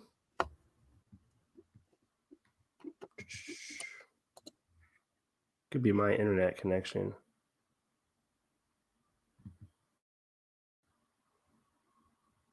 We'll have to wait and see. I'll hop back out once Nathan comes back in. But otherwise, Doomsday, Doom. Not surprised that Robert Downey Jr. was last. But yeah, it's funny because it was a 5.5 hour live stream, but by the end of it, after page over, we're like, oh wait, that's it? Because again, we're still expecting Spider-Man, Doctor Strange, Captain Marvel, the Hulk, other people to be in it. Famke Jensen after James Marsden was cast. It's like, what's going on here? Like, why is that happening? But again, THR, other sources have said we could get more stuff, more casting announcements soon. Why didn't they just all drop it today at once? I don't know. Will there be more surprises in store when the movie actually comes out? Like, will there be a surprise casting? I kind of think not. If they went out of their way to announce all 50 whatever people in this movie, then why just keep one or two people like away from us? Chris Evans has been rumored to be also coming back for Doomsday and for Secret Wars as like an evil version of his character. So that's one character I can see them surprising us with, surprising the regular audience with when the movie actually comes out. It could just be a Chris Evans kind of thing. Can you hear me? Yes. Am I frozen still? Or am I? You're good. Am I pixelated? Okay. I think it was me. Okay. So yeah, I was just talking about, the cast that was not here. Okay. I did mention that I think just in general, the Chris Evans thing, that could be the one casting announcement that I think like they wouldn't directly announce and they'll just leave for the film. But anything else, I'll be surprised if there's any big surprises. Sure. That makes sense. Yeah. That's about it though. Okay, cool. Try moving over Wi-Fi going. Okay, yeah. You're I might be delayed on your end.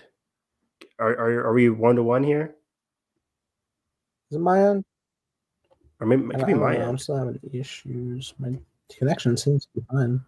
Maybe. Okay. Yeah. Let me come back. Chat, can you hear me? Can you see me? How fluid am I? Right on. Draven, if you're still watching, am I clear? I just gotta check. Because usually it gives me a sign if like my connection drops, but I'm not seeing anything indicating such a thing. Let's see. We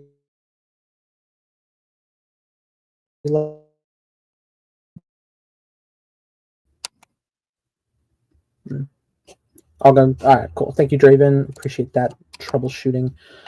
Okay, well, I will be back in literally under a minute. So, yeah, keeping Chris Evans under wraps. I guess that would make sense. Although if it's in the trades, like officially, I don't know if they would. I think there have been theories circulating, rumors circulating that Chris Evans could have a villainous role as a dark Steve Rogers Captain America or whoever he may be playing, but like a villainous role. So you could announce him, be like, "Oh, everyone expecting Captain America back," kind of like Deadpool Wolverine. Never expected, like, "Oh, it's Captain America," but it was Johnny Storm, and then have that twist here. But instead of it being like, "Oh, good old Cap," it's villainous. Although that could also retread the idea that they're going with for Doom.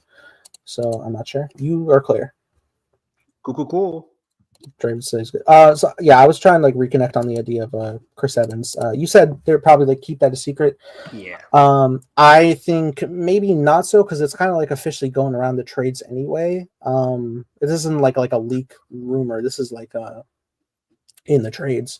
And I was essentially teeing up because there is rumor more on the rumor side that Chris Evans may be playing a villainous role in these films, and that could be a thing. Like people are going and expecting, like, oh, we're getting a good old Captain America, but then he's not. However, that could retread the whole idea of Robert Downey Jr. is like, oh, it's Iron Man. No, it's not. It's Doom. But I did also hear the idea posited of maybe there's like a dark timeline of heroes that we know that aren't good, that are villainous for him. I like that.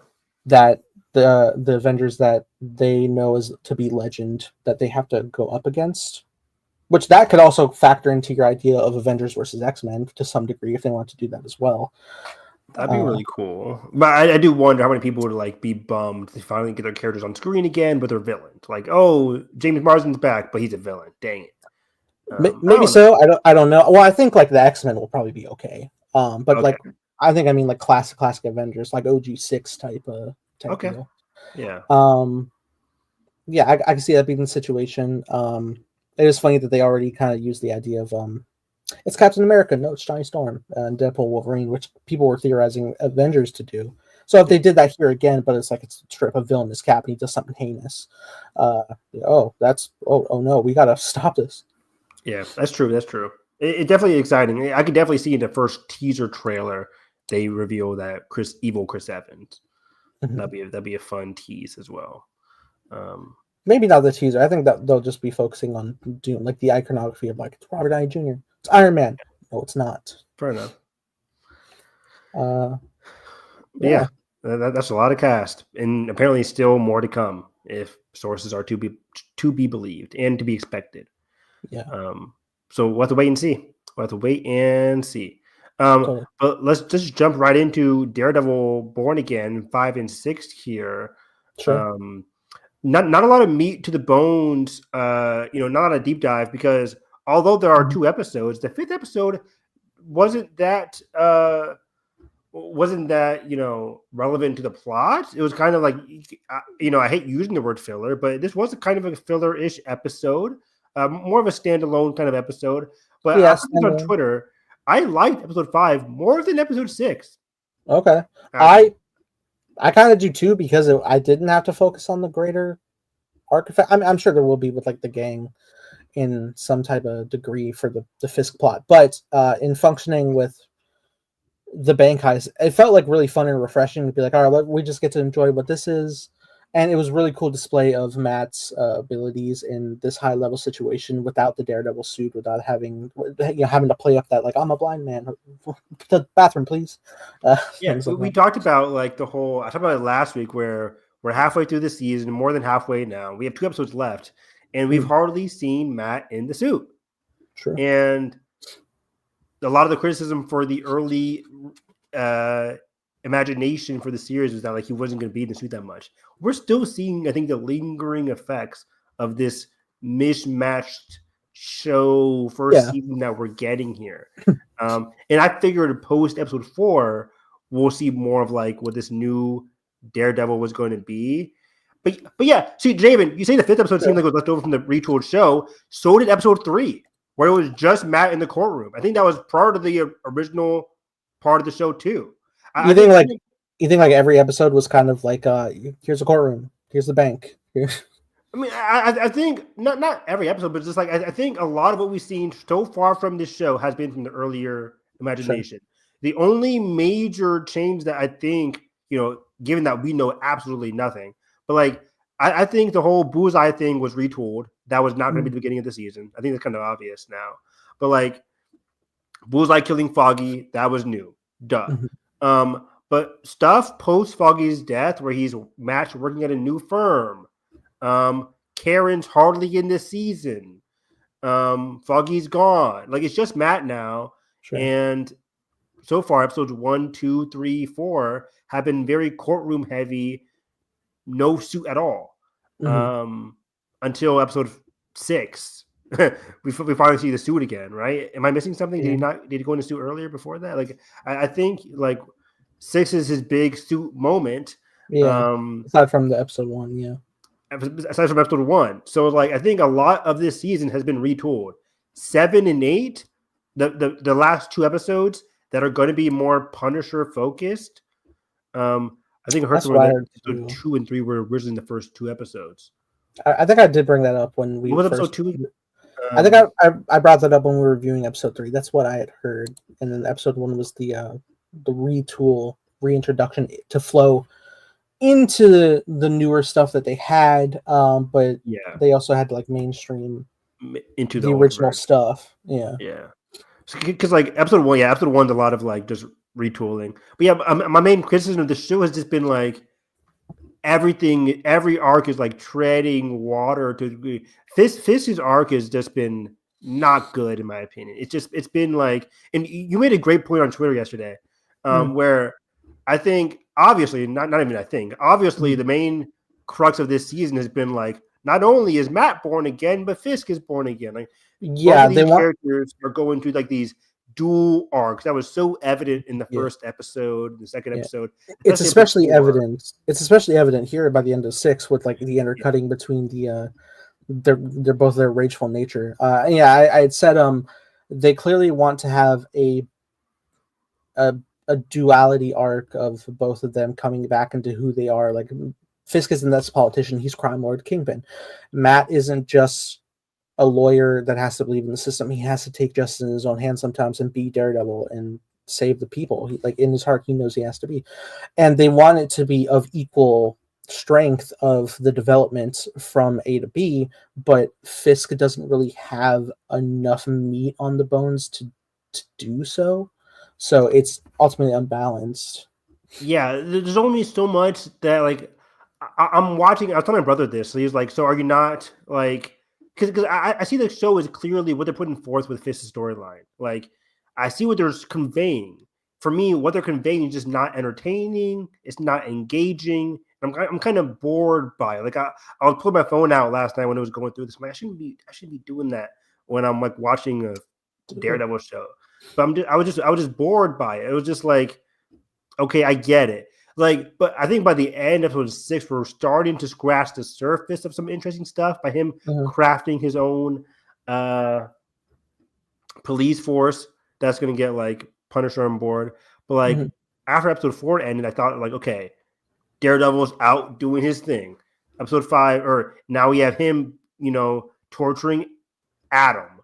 So we're gonna see more evil Fisk stuff. But the Adam stuff is just so bad. It's just so bad. I'm like, what am I watching? Like, it just kind of pops up, and now it's just kind of over. Yeah, he pops up and it's over. Like, I rewatched a bit of it. I thought Adam was completely dead. He's still kind of like moving at the end. I thought he was straight up dead. Wait, he's alive? He's still moving a little bit. Still a little bit of that struggle while Fisk is taking his breather. So I mean, he may still be around. But I was legit. I said in chat last night, like, if Adam's dead, if Vanessa doesn't find out and have some sort of disapproval to drive them further apart in the actions here, or whatever they decide to tell the story with, this Adam plotline was entirely pointless. Pointless as hell. And I think for them, it might not be pointless, Nathan, if they're just trying to convey, like, oh, this is going bad again. But we know that from the beginning. Every episode ends with that same significance. Like, every episode ends with Fisk being like, oh, he might be bad again. It's like, we get that. We know that already. Even if you're going off of, like, look at him. He's being that traditional politician. Look, he's trying to reform. It's like he's blackmailing the police commissioner with his child. Like, there's no...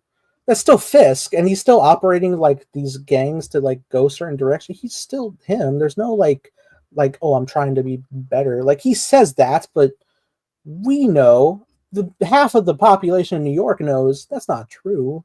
That's not true. Well, what is what I can try to mine from this is that, like, Matt is learning that he can't he has to use tools outside of the justice system, his Daredevil tools, when it counts. And that's where, like, that's during the bank heist, and that's especially evident in episode 6 when he's finally saving Hector's niece. But then for Fisk, he's learning to use his negative traits more so, like, not his negative, use his powers that he's given, his mayor powers, to pursue his negative traits, where Matt's kind of doing the opposite. He's going back to his darker half, but for positive reasons, while Fisk is using his power that he's currently given for more bad reasons. There's pacing issues. There really is. That was one of the flaws of a lot of Netflix shows. I mean, that the pacing flaw started, I think, Jessica Jones, like post Daredevil season 1, Jessica Jones season 1. Daredevil season 2 was kind of hit with that, even though I like Daredevil season 2. But like Daredevil season 3 didn't have the pacing issues. It's just the bad Netflix shows had the bad pacing issues. Like, it was felt in Iron Fist, it was felt in Luke Cage, it was felt in other places. But like, Daredevil didn't really have that issue, even if it did have 12 episodes.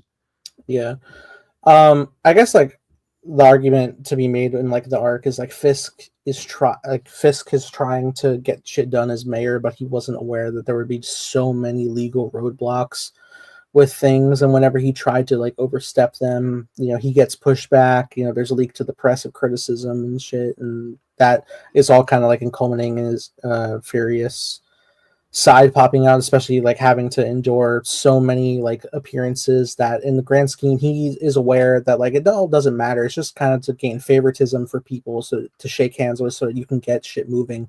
But he just wants to get shit done now. And so like I believe in when he says he wants to enact real change, but I do too. But his change is like bad for vigilantes too. Yeah, and it's very clear that like he is also kind of aware that he has to pull his criminal shit to get shit moving in certain ways as well. You know, whether that's changing public opinion based on situations happening, stuff like that. So I get that arc there. It's just the Adam stuff is making it drag. The Adam stuff is making it drag. The Fisk politician stuff, I'm just like, I'm not vibing with it. Like the whole swordsman stuff, like, is that teasing anything? Is anything going to come? Because what we got from that scene, episode 6, there's a huge sequence of Fisk talking at this gala. He meets swordsman. He meets another woman who is from the pit. She's really good. It's the blonde lady who was saying like, it's a warning, whatever. Her name. She's from the pit. And she's excellent in that show. But like, what's the message that we're trying to get from that scene? That other people, other rich, because Swordsman is a corrupt guy that we saw from Hawkeye, right? He's actually chill as hell. It was Via Farmiga that was the corrupt person. Yeah, he was like helping Kate fight and everything. Okay. He's cool, and he is a vigilante. He gets reintroduced in the beginning of the episode with some video footage. That was funny. Yeah, but so what was the point of this scene? To showcase that Fisk is just having more hurdles, that these are rich people that have an influence in New York because they're rich and they have money. And they're like, okay, Fisk, we have money. You're a mayor. In 4 years, we decide who can be the next mayor. Because if we don't like you, then you're done. It's kind of like a situation where like I could see what they're going for. It's like the parallels, like when Kingpin was in the crime world, he had so much pull with his presence of like, if you don't get shit done that I want, then you're not going to live to see tomorrow. But now he's in this other den of lions where, he doesn't have that power anymore, and everybody's a roadblock, and everybody is aware of his past, and they think he's just kind of in it for the money and shit like that. True. So they don't buy that they're somebody that they should give any of their resources into. So I think that's the main issue there. I will say I really wish we could get any scene with Vanessa without Fisk to have her develop more. I know majority of the time in Daredevil she was primarily with Fisk, but like the idea of her trouble with Fisk being absent is like show the effects of what she experienced in that absence to make me care about it. Yeah, it's a great point, Nathan, because she had a lot of scenes with Fisk in the original Netflix show. But for some reason, that felt more substantial. I think I need to give season 3 another shot. I remember it feeling kind of dragged, but I think at the same time I hadn't gotten over the finish. Oh yeah, Draven, 1000%. Yeah, rewatch season 3. It's excellent. Yeah, in fairness, I also took a long time to get to season 3 after Defender. That's just me because I always fall off TV shows easily. But I just went in like watched a little recap of everything. I think there is a recap on Netflix, and then when you just hop into season 3, I was just like I couldn't stop watching. It's amazing. It is my favorite season. It's my favorite Daredevil story. Yeah, I think I still have Daredevil season 1, but season 3 is right up there, and I wouldn't argue with anybody saying it's the best Daredevil season. I think Draven, there's a lot of great character work, a lot of great family work. It's very family oriented with I don't want to spoil, but just like it's very religious heavy as well. Like it's a very well shot too, very well shot season. If you think Bullseye is just like some one-off villain that you saw at the beginning of Born Again, go watch his development in season 3. It's amazing. He's great. And the supporting cast in Daredevil season 3 is excellent. Like Foggy and Kate get some great work in season 3. Yeah. Karen gets a whole solo episode. That's really good. Love that. And then the one FBI agent in season 3, he's great. Yes, he has great art. He was really, really good. Like the Netflix shows, they use their episodes wisely in season 3. I think a lot of people were shocked because in that era of Daredevil season 3, we were already like, man, Defenders was a woof. And then like the other sequel seasons were just like, man. But then Daredevil season 3 was like incredible. And the magic of 13 episodes in a season. Right? Yeah. Like we were worried it was going to drag, but like each episode was paced very, very well. Yeah. But yeah, so but I'm with you because like while Vanessa had a shorter presence in I think we've seen more Vanessa here than we have in her other shows. I think. Was she in season 2? I don't think she was in. No, she was in season 1. Yeah. She's in Daredevil season 1. Okay. Yeah, she is. She definitely is because I think they first started dating in season 1. Yeah, and then they get separated season 2, don't they? Because isn't it like a whole thing he's trying to get back with Vanessa in season 3 because of the legal separation? He's under house arrest. Yeah, because Fisk goes to jail, then he escapes prison, but then he comes back in season 3. In season 3, they're like trying to rise up together. So season 3 has great Vanessa stuff too. But yeah, it's just like either Vanessa needs to be alone, have some more alone scenes, or Vanessa just needs to have some more compelling drama with Fisk. Remember early on, I was like, let's get into those meetings about why they're so separated. Yeah. And then we finally did, and it was all about Adam. And I was like, oh no. So then I'm like, I want more substantial Fisk and Vanessa stuff, or just Vanessa alone. Because right now it's just like, again, just treading water. It's like nothing new. The same point being made every episode with Fisk and Vanessa. Yeah. There's a really good opportunity to showcase the character sides in these therapy sessions, but because we just kind of get like a 1 or 2 minute of just like, how are you feeling? It's not great. Why? Well, you left. I miss Adam. Shit like that. Like, I think what would be beneficial, not only do I think they should have one-on-one scenes, like, I think they should split the couple apart in the therapy sessions so that you could have a session with Fisk, a session with Vanessa, and let them not only tell what they're going through, but like do some flashback work to show what they went through. Like be like, it started on when he left, and then like you flashback, watch some scenes, and then you come back and the therapist heard the story of what we watched. Right, and there's that one moment in episode 6, the beginning, where Luca comes to Fisk, And he was like, "Tell your wife I said like, you know, I sent my regards to your wife or whatever." It's just like, is Luca upset because like he had a better relationship to when Vanessa was in charge? We got that one scene at the dinner table at the beginning of episode 1 where Vanessa was like leading some good shit, like, "Oh, some good shit's getting done here." Yeah, and then Fisk comes in and it's all turns to shit. Yeah, that's an interesting dynamic to explore. But again, like if I don't see what Vanessa's function is there, especially when like the very first scene you introduce her in that spotlight is like overshadowed by Fisk's return. Exactly. What can I get? Yeah, like I want her. Yeah.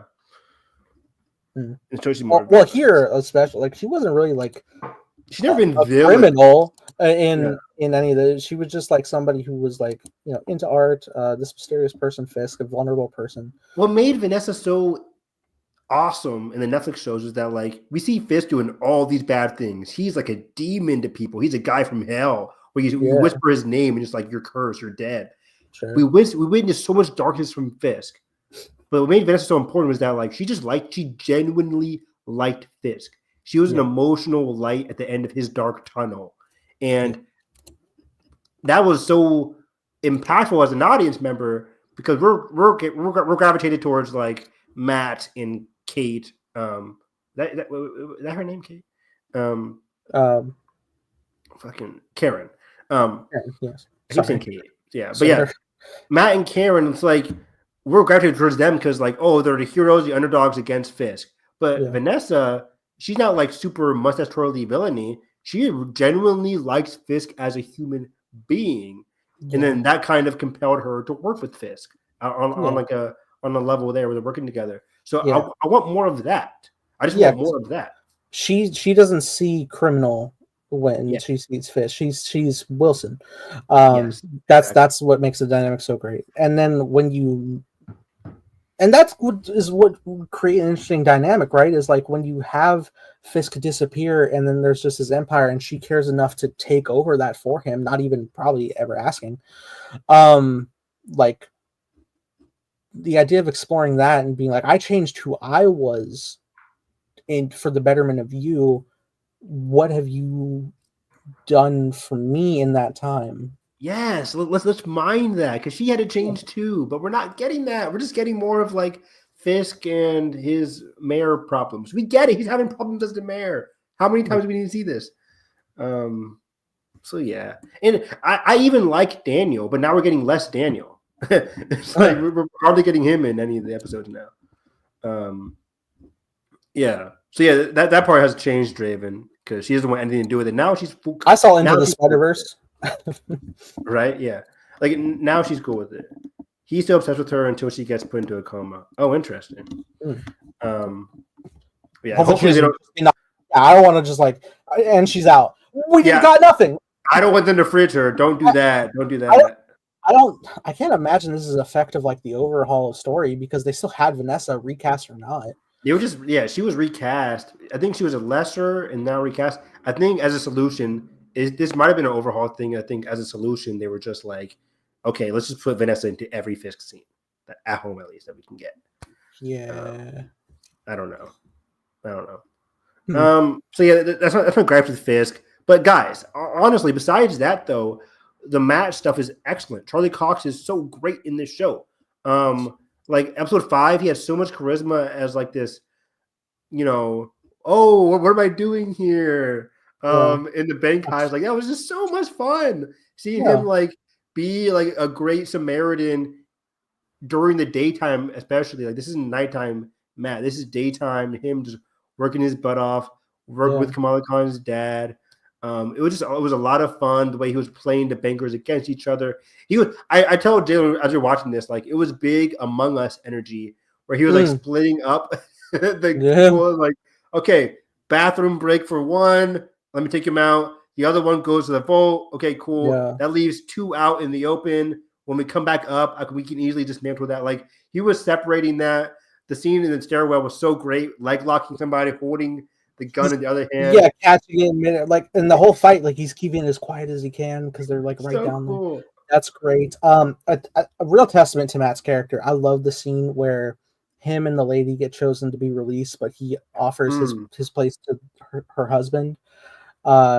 and he's arguing for that, and it's a great back and forth with the robbers. But I'm thinking in my brain like, oh, cool, Matt can get out and like go sneaking around and do Daredevil shit, disguise himself and not take the place out. But no, testament to Matt, he's staying here to make sure there's no hostage gets hurt, and he's going to function that way. Amazing, so amazing. By the way, short cameo kind of thing for a lot of Kamala work here. No cameo, but she's in San Francisco. Yeah, that's definitely that a key to like. Well, she's they California in general. California, but you can brought assume. Up. I think LA was brought. He said La La Land, so I imagine around LA. But she walks there. I don't know if anything comes to that. I went straight to like, okay. Last time we saw her, she was getting Kate Bishop to be part of the Champions or the Young Avengers. Yep. Probably with her, right? Because why wouldn't Kate be doing anything else if she's not in New York? I would love that. But like, so I thought of like who else is in. I'm missing Carrie and Foggy. I'm with you, Draven. I'm with you 100%. Right. I'm missing Carrie and Foggy too. That's definitely, again, 1000% the case because of the reshoots. Yeah, and they'll be back. They're filming on like Karen and Matt are in scenes right now that they're filming. Yeah, exactly. As we see the beginning of season 2 shooting, it's Karen and Matt. So obviously that was just the effect of the messy season that we're getting. But anyways, for the Kamala's thing. I'm like, oh, maybe she's in California because she's getting the other Young Avenger / champion in Cassie Lang. Yeah, totally. There's no other California-based young hero, right? Shang-Chi, but he's not. Shang-Chi, yeah, he's not. Yeah. But Venom. Just kidding. Not. Maybe the oldest of them all. It's insane how is Tom Hardy really like late 40s? I think he's like 40s. I'm gonna guess 47. Say 46. Fuck you. Tom Hardy. 47. Let's go. Come on down. All right. But yeah, Come on, they were watching at the pier at the end of Venom 3. But yeah, that's about who's over there at the moment. But like I think she's establishing just the Young Avengers. I keep saying Champions, guys, because I think they're changing the name from Young Avengers to Champions, which is a Young Avengers-esque team with Miles, Kamala, Sam, Ryder, Young Vision, or the daughter of Vision girl, and Amadeus Cho's Hulk. They were all part of the Champions. But yeah, so. And a lot of these characters, like Kate and other people, they're not young anymore. They're kind of like mid-20s. So I could see them getting Stature involved. By the way, Jalen was like, Stature is a dumb name. Like, they didn't call Cassie anything in Ant-Man 3. Do they call her Stature, or what do they call her? Ant Girl? I don't think they explicitly ever call her Stature. I don't know if it might be Easter egg code name on a program on a wrist. Who knows? But I don't think so. No, but like, what do you think they will call her if we see her again? They probably will call her Stature because you can't call her Ant Girl. I don't think they would do that. I googled her, and there's like another alias that she used was Stinger. I like Stinger a lot. That's cool. That'd be cool if she could get like Wasp blasters incorporated. Stature seems like, I don't know. Does she grow a lot in the comics? I don't really know her. Like, is she just using the same things as Ant-Man? I do feel like any art I've seen of Cassie using powers has been her in the giant form. So okay, she probably is Stature. Okay, probably Stature then. It's just a weird name to say Stature. Anyways, doesn't seem badass. Neither does Ant-Man. Anyways, that's the point, isn't it? Like you don't expect this person. The whole intro of that episode, like from the first minute, I was getting excited because I started messaging my friend Katie. She's like a big Miss Marvel fan. So I started the episode and I was like, is that a Funko of Miss Marvel on this desk? Hey, cool, look at this. And then cut to the next scene and it's literally Kamal's dad. And I was like, oh yes, I had literally forgotten that he was popping up in the show. Yeah. And we'll see him again because like in the trailers and other stuff we saw, like Daredevil was saving him at the house, I think, or something. I think that was. Oh, that was from this. I think so. I think it was like when they were entering the vault, turning in the corner. Oh, you might be right. Okay, never mind. Really good lawyer. Okay, yeah, really good lawyer. Yeah, great catch there. But yeah, I'm with you. Like, I love anything to do with Kamala. So I loved all the Kamala stuff. I'm like, imagine Daredevil working with Kamala, guys. That would be awesome. What a time! But all before Spider-Man. Right. I want to see that dinner though in Jersey City. Me too. No. No, I don't think. The purpose in the episode was that, like, okay, Luca owed money to somebody else in the Fisk group, in another gangster. Yeah, They need like $1.8 million. I figured this heist was a way to use a diamond as like that $1 million. It's like that would be your right? 1.8 cash cow for sure. Yeah. So I figured that was the significance there, but I think that's it now. But by the way, Jesus Christ, Matt! At the end of the episode where he beat up the guy in the alleyway, broke his leg, slammed down on his leg, like, oh, smashed his face into the glass and then broke the leg in half. That was. I'm like, did I miss something? The guy was like hoarding up hostages, but he didn't kill anybody. And Matt just went off on the guy. Like, oh fuck. Well, I guess we have the establishment of like his group killing those people at the pier. I guess Matt doesn't necessarily know that's them, but no, yeah, true. He took hostage. He pulled the Arkham Batman route. Yeah, he went full. I ain't gonna kill you, but you're gonna. He literally jumped on his knee. I'm like, oh yeah. I was like, oh god, fuck. My brain was like, I don't know if that's possible, but it sounded like it was. Like, I'm never being a gangster again. Like Matt, if somebody comes in, I'm on the ground and they break my knee from the air, I'm like, just take my leg. Glass in his face and then stops his face, knocks him out. That was wild. Damn. I mean, he got a couple licks in against Matt, but Matt was like, no, not leaving. Maybe that's also, I don't know if that's just like Matt's pent up with aggression, but yeah. Wow. Yeah. But yeah, in general, episode 5 was just a very, very fun heist episode. Really, really cool. Then we already talked about episode 6 for Fisk's storyline, episode 6. But yeah, Matt in this storyline is really working with the daughter, Hector's daughter, who really came to him for help in emotional plea. She is great. I'm very happy with this actor, like, because it could have just been like, oh, there's a background person, like maybe she'll become White Tiger one day. But like, she's genuinely like a good actress, and I think will be the future White Tiger moving forward as she ages into the role. She just has such a great screen presence with the grief that she is processing in, she doesn't really like she doesn't want to take the time to just like sit and go through the grieving process. She wants to get into action and find who's responsible for this crime of killing her uncle, because that's what her uncle would do for others. Yeah, it was great. It was a great. She's a great presence. I'm totally with you. Where her scenes with Matt just really, it got me emotional. I'm just like, and I got Matt emotional. He's like, well, fuck. He's right. He's like, yes, and he says as much as like, this is not how the law works, but inside he's like, I wish it did. Like, I wish we could fix this, and I know I could do more as Daredevil, but fuck, I can't. Until later, he's like, fuck it, which is because I thought at the end of episode 4 he was going to be like more proactive with Daredevil. The way I saw him practicing. In episode 5, he's more hesitant again. It definitely tees it up. I think there's a difference between, I'm going to get my fix of like going through my training regimen and actually like I'm gonna get up and save somebody to the public in the suit, which could get word to Fisk, because that's the thing right now is like, if Fisk gets any word or sighting that Matt is being Daredevil and doing any Daredevil shit, it's over for Matt. He can get his identity exposed because Fisk is now in a position. Matt doesn't have any dirt on him anymore, like from season 3. He doesn't have that power. I didn't even think Fisk or Matt was worried about that. I imagine he would be. At the very least, like, his life would be uprooted. He wants to be a lawyer. Obviously, that's who Matt is. So he wants to protect people and defend, but he can't do that if his life is uprooted and he can't practice law. He has the ability to know when people are lying. He uses that for the good in the justice system. He can't do that if he's warrant for his arrest. Exactly. Great point.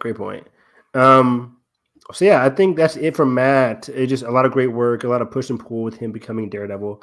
But a lot of the episode was also about the rise of Muse. great presence, a great, very gnarly kind of character. Yeah. I am kind of one way about like his ending because as he's doing all this stuff, I mean, logically, I was like, oh, Matt's gonna come at the end of the episode, save the girl, obviously. But I was like, I told Jay, and I was like, can Muse box? Because Matt's about to come in and beat his ass, and I'm like, he's resilient. Any kind of threat physically. Cut to the fight, Muse gets his ass kicked. It's not even close. Like there's no kind of like, Matt wasn't struggling. I'll just say that. It's more of a situation of like you're in the environment that Muse lives in, so he has the upper hand of knowing like what's around the corner that he could like toss at Matt, but yeah, Matt is able to overcome them. Like it may be a struggle. He gets hit a little bit, but he's winning the fight. Yes. I would be intrigued to see. There's only like I think 3 episodes. I think it does go up to 9 episodes this season. Okay. So we got 3 episodes left. I don't know if we're going to get more development of Muse, but they teed up in like episode 1, maybe 2 of Muse was at the book signing for the Kristen. Yeah. That's the girlfriend. How many people know that, by the way? Is that just us knowing that, or I think it's literally the actor confirmation for Muse. So yeah, like he wanted to pursue help because he's like, there is something wrong with me. He self-admitted that. So I would be intrigued to see how that moves the plot of Muse forward. I don't know if we can get like a full wrap-up of the story with him. I would prefer he could continue into the next season. It'd be nice to have like a longer running villain throughout seasons that isn't just Fisk. I would love that as well, because right now I'm like, Muse isn't that much of a physical villain. But what they set up here, he could be more of a cool, psychological, demented kind of villain. If they, because this first outing was solid for me. I wanted a bit more. Some people showed me some comic book panels. I think it was you and some other people I saw online. Wasn't to more comic panels. He seemed to be a bit more like, even more demented, more like lively. Like that one scene. Yeah. He's more talkative. Like that one scene where the 2 girls come up to him like, "Hey, is this you, Muse, or whatever?" And it's just like zoom. Silent killer, yeah. But in the comics, he's like, "Yeah, by all means." I wouldn't sign my name on somebody else's artwork. That's illegal. Like that's funny. I love that. I'm like, I would like that, but I feel like the show wants him to be more dark. Yeah, they want to go for the serious tone. Sure. This episode had some very weird editing stuff going on, where it's like, that one scene, the girls ask him who he is, and just like zoom, I got you. Next scene, they're on the table, and then for Hector's daughter or niece, she's just looking for him. Next scene, he just has her in his cup. I'm like, did I miss a scene? I was like, what happened there? I was sitting there in an interesting dynamic with that scene when Hector's daughter niece was going through the tunnels. It's very clear, like, oh, Muse is coming. Muse is down here. I thought it was going to be a misdirect of like, Frank's here, and just be like, what the fuck are you doing? Get out of here. Me too. Yeah. And then have to like protect her from Muse or something. I thought somebody would be like, got you, but it'd be like a hero or something like that. Yeah. Not Matt yet, obviously, because he's in pursuit. But like, if it was like Frank, like, what are you doing here? Type deal. Which is weird that she's looking, and the next thing we know, she's like slugged over. I'm like, did the show like skip a scene or something? And I don't think so. I mean, it didn't. But like, they just wanted to like get to the point. Yeah. But like, I would have loved it if she's like looking, and then out of the corner of the camera, out of the corner of the shot, you had Muse like in the background, like a blurry image to know he's like in the vicinity. That'd be cool. Like kind of like, at the beginning of the Batman, where the guy is like at home, lightning strikes, and you see Riddler. Like, yeah, I want something like that, where he's like, oh, he's right behind me. Yeah. Rule number 1: if you hear something around and you're kind of worried and on the offensive, turn off your flashlight. Right? Because she was just kind of like, I'm like, all right, you hear something. I know you're like looking, but like, are you looking for danger? Because you found it. So yeah, I think Muse in general, like the fact that they're using blood, sticking blood into people, like it's very gnarly and dark. Yeah. I kind of like that. But scratching out their eyes. Scratching out their eyes, very weird imagery. But for some reason, I wanted more darkness from it. But maybe once we get more of Muse and what his deal is, we'll get more into like the interesting side of him. But as an introduction, this is a solid. I'll give like a 7 out of 10 for like an introduction to the character. I just want more. because he seemed to be very anti-Fisk, obviously. But where does that spawn from? Yeah. I would love that. So, but then the fight, editing it with Matt and Fisk together, that was pretty interesting, pretty cool. Yeah. But yeah, solid episode for episode 6. Again, I think episode 5 was more my thing, but episode 6 was solid. And again, it's like it ends with Fisk setting up the whole corrupt cops coming together, being like, I need you all to go after Muse. But these are the same cops that were like also fanatics of Punisher for wrong reasons. One of them killed Hector. So, and we know we're getting we're getting a Matt and Punisher team up coming up. So we know that's leading into the finale. We know Muse is going to have some stuff in the finale. So finale is looking interesting. Again, I keep hearing the last 2 or 3 episodes are great. So I'm holding out hope. I'm holding out hope that the season can end strong. I agree. There was an interesting ending to the fight with Muse, though. I mean, Matt obviously had to stop fighting because he had to save her life. But Matt not only like has him on the ropes, but like literally, but like he kind of strings him up in like a hanging situation. Do you think Matt would have killed him, or do you think he would have just gone for the knockout? He would have gone for the knockout. I don't think he would have killed him in that scenario. But that's a very specific like hanging. It was. But 60 people, I was like, oh shit, this guy is. Imagine hearing the news right now, 60 victims. Like, oh shit, that's a lot. And that's just what they can confirm, right? So that's crazy. That's crazy. I wish they had built this up some more, because it felt like episode 6 starts 60 victims. I'm like, whoa, okay. Like if there had been some people missing throughout each of the previous episodes, I feel like they could have built up Muse's threat level a bit more prior to this. But and you did also say, sorry, real quick, you did also say like the idea of exploring like how Muse feels about, he's painting these murals that objectify Fisk and whatnot. And it also is interesting because he paints a very beautiful mural in honor of Hector with White Tiger. That mural that was painted was signed by Muse. That was Hector? Or that was Muse? Yeah, the imagery of the White Tiger with the angel wings. Okay, I didn't know that. Okay. Yeah, so it creates an interesting idea there. That's very interesting. I think he was going to kill him before he realized the girl was still alive. Oh, you think so? I mean, this is the first time in a while he's able to let the devil out. Maybe not let the devil. Yeah. This has been like a borderline. He went for it with Dex at the beginning of the season. He did. He literally just tossed him. He didn't know it was gonna be even like recounting it to Punisher. He's just like, I did what I had to do. It's very under the rug generalization for saying like I let the law take care of it. Like that is what happened. Matt, you were just gonna kill him. Yeah. And I understood why he got to that point with that deep level of loss, but like it does kind of make you wonder in like how far he got in his rage, like where is Matt on his physicality levels when he's just like going all in on these fights and controlling his anger. And he did break the guy's leg in episode 5. That was all. When he's back in action, he's going hard. Yeah.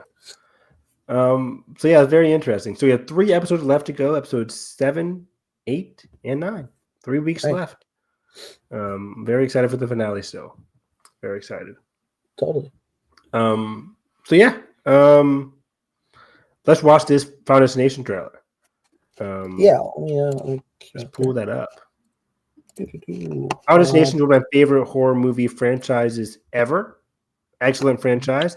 And it's going to be our next commentary run. We're going to be doing Final Destination movies for the whole month of April as we geared up for Final Destination Bloodlines in May 17th and 19th, third week in May.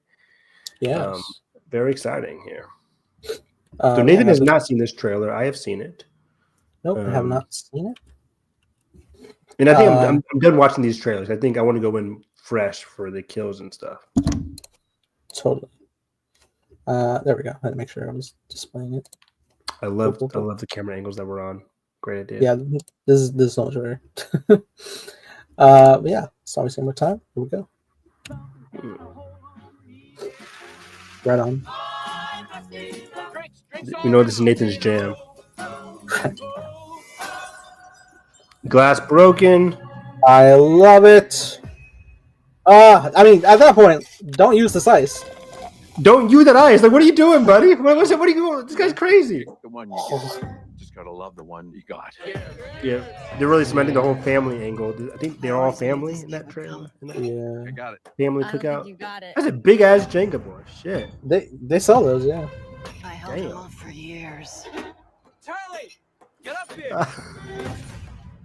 He's a relentless son of a Is- bitch. I mean, fuck. There's so many things, Evan. The chain reaction. They had the rake under the thing. That was crazy. This is. Oh my gosh. Maybe they'll be okay. Death is coming for our family. The whole family. Oh. Somebody misdirects.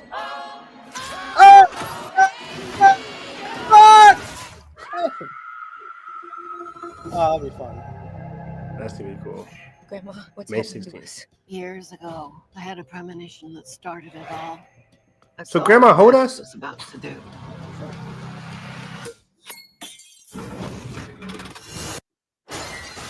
Oh Wow. wow! Holy shit. Oh, get down. I saved a lot of lives that night. And she survived though. Like, I wonder how she Lives that were survived. never meant to be saved. To be an old Death lady. doesn't like it when you mess with his plans. Ooh. This book, That's gonna be it crazy. will show you everything you need to know to keep our family safe. Oh, they did a plane in the It truck. all started with Yeah. Grandma. Death is coming Where's for the us because logs? we were never supposed to exist. Right. What? Oh, I saw a log truck. Embracing death. Oh, Ooh. Yes. he's back. Goat. Maybe Death's not actually coming for our family. Because that would be crazy. Cool. That didn't look like it was gonna hit him actually. Right? Yeah, I think the same thing. But that was in the whole other lane, I think. Sorry, hold on. I'm gonna actually like comb through that. Let's see for that. a I think that's in the whole other lane. Sorry. Because that would be crazy. Hold on. God damn it. Yeah, let's break. Yeah, this- no, he didn't hit it yet. That's behind It's fine. him. He's fine. He's gonna be like, oh shit. And it'll be- Oh shit, and then he'll die from something else. Yeah. okay. But he's from the 100. He's a really good actor. I really can't wait to see him. But I'm Oh, so right glad on. he's back as well. Yeah, I'm very happy Tony Todd is in this. We get to see him one last time. He's such a wonderful, menacing presence in horror. He literally is a horror icon. So I'm so happy he's here. I'm so happy, so happy. Yeah, Draven, 100%. Rest in peace to the GOAT, Tony Todd. Love the guy. So happy he could work here. But yeah, what makes this film so interesting is that like it is going against the meta of the franchise, where it seems to be very family based, and there's already a lot of questions springing. Like, how is the grandma alive? Why to go to the grandma's granddaughter here? Presumably, Yeah. this whole Seattle. That's Seattle, right? Is that the Seattle Tower thing? Not this one specifically. This is just some sort of high rise that looks very Okay. similar. Because I think it's too small. Yeah, I've But never been it's to really Seattle. cool. I don't know what it looks like. It's a cool looking venue for sure. I'm gonna try to find this book. Yeah, there we go. So yeah, this the logs from Final Destination 2. Like, oh my gosh, Yep. the plane. Fuel on the wings. Birds can get sucked in the end. Basically, just like every possibility of how something can go wrong, so that you can avoid them. I guess. Yeah, but how does she avoid death after her premonition? That's gonna be an interesting question to ask. Oh wow, somebody got killed by a gutter. Oh, Damn. But yeah, very interesting trailer. There's a lot of. I like that it delivered a lot of like teases, like that first scene of the trailer. But there's also a lot of like investigative work. I think the supporting cast is going to be solid, and they try to do their classic Final Destination investigation. How are we all going to survive this? How as a Yeah. family can we all survive this? How do we stop this? Like, hey, grandma, what did you do? Like right here. It's like the classic scene in any kind of horror franchise is like, okay, guys, this is what we're going to do. This is what we shouldn't do. Like, I'm very. I'll be right back. I love Scream. Yeah. So yeah, I'm just super excited. This is like tons of fun. And yeah, I think there's just still tons of surprises in store for like a lot of the killing scenarios. Yeah. Sorry. Yeah, this is a log truck. Right here, little Easter egg Oh yeah, it is. Great catch. stuff. The revolving door suffocation. Yeah. Ow. Reminds me of the whole there's an elevator kill sequence in one of the movies as well. Oh yeah.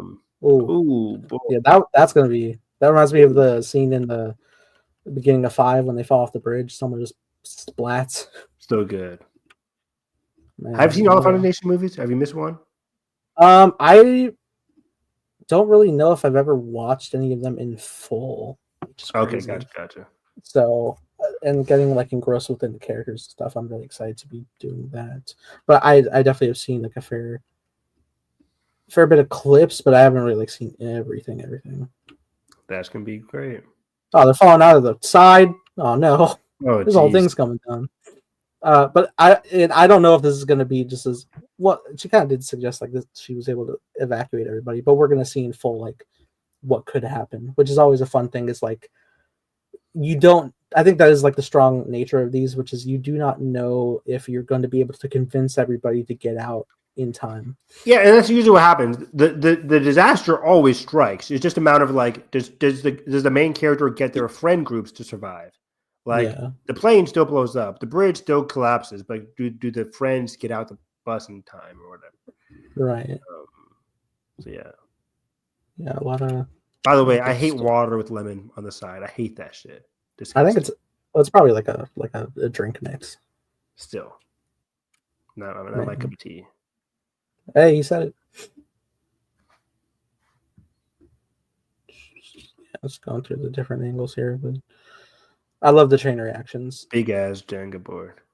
That is, it is funny like how often like you enter these situations where you think like, oh shit, someone's gonna drink the glass, but it's like, oh no, that's just the actual bigger thing that's gonna lead to the real kill.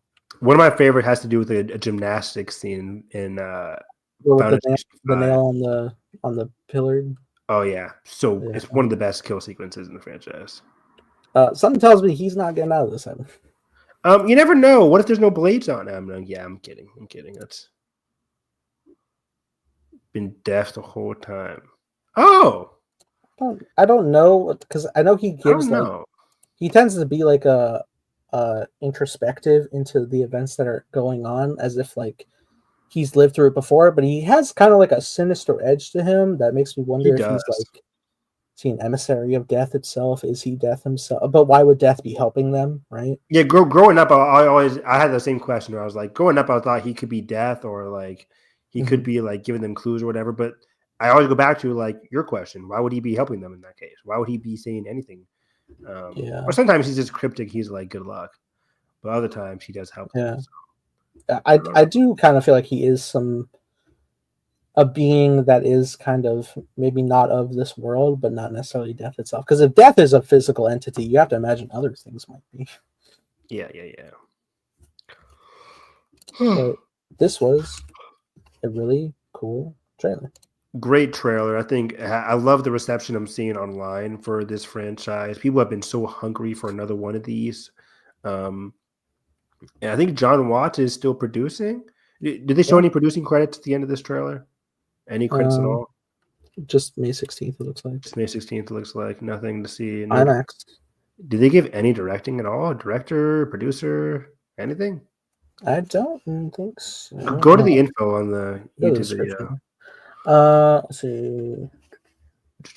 There we go. Produced by Greg Perry, Shannon Taylor, John Watts, Toby Emmerich. Isn't Toby a Sony guy, or maybe is he working on Warner Brothers now? Anyways, producers are David Siegel and Warren Tino. So yeah, John Watts is involved. That's about it. Okay. I'm definitely seeing this in IMAX. I cannot wait to see this movie. Cannot wait. I love this franchise. He always gives them info about how to cheat death, but it ends up being bullshit by the end. Exactly, because by the end, none of them end up cheating. It's very hard to.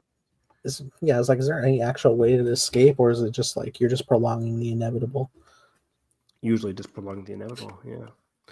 We'll discover that on our commentary run. We'll keep track of that if there's any way to escape. Yeah, I feel like there's been it's been an example of somebody that just made it out and didn't come back or something. Because I know there's a situation between 1 and 2, but that's exactly. Yeah, we'll get to that. But yeah, I love this franchise, and I think I can't wait for our commentaries, and there's gonna be a lot of fun to mine there. But before we close out, I want to talk about how just yesterday it was revealed that Adam Driver is returning to TV, which is pretty crazy because it's going to be on Apple TV. It's this show. I don't know if I have the name of the show, but it's with Adam Driver and Jessica Chastain. Jessica Chastain, Oscar winner recently for her role. What was she? She was in I don't know. I forget the role, but she won Best Makeup and she won Best Actress. Eyes of Tammy Faye. There we go. Thank you. Eyes of Tammy Faye, where she won an Oscar. And she was on the HBO limited series Scenes from a Marriage with Oscar Isaac recently. But Adam Driver has not been in a TV show post Girls. Girls finished up. He did Star Wars, and he's just been doing films ever since. Now he's back to TV.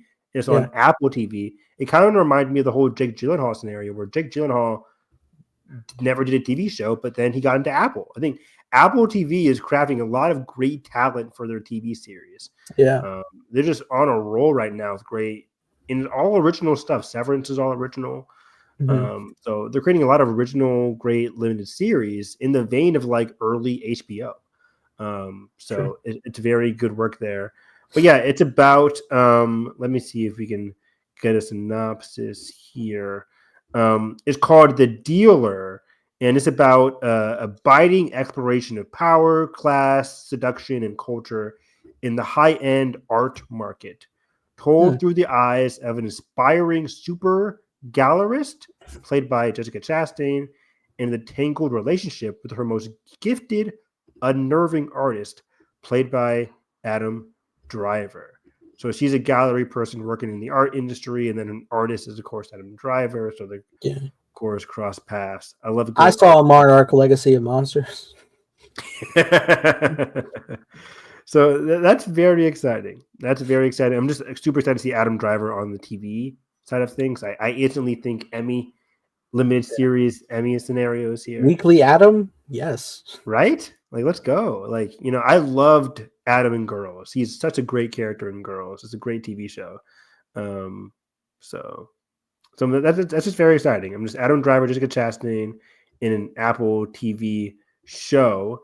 There was also that clip. We don't have to play the clip, but the Noah Hawley's Alien coming out this summer. No official trailer, but we got a clip recently. I want to talk to you about it real quick. What? I'll play the clip if you want. Oh, we can go ahead. I didn't know if you had I don't know. I didn't know if we're going too long or something. But I got it. Alien Earth. Alien Earth clip. I think it was called Alien Mars. Alien Isosceles Triangle. Yes, exactly. Because I do have questions about like not the design of the alien, but the behavior of the alien. Maybe I'm just talking out of my ass.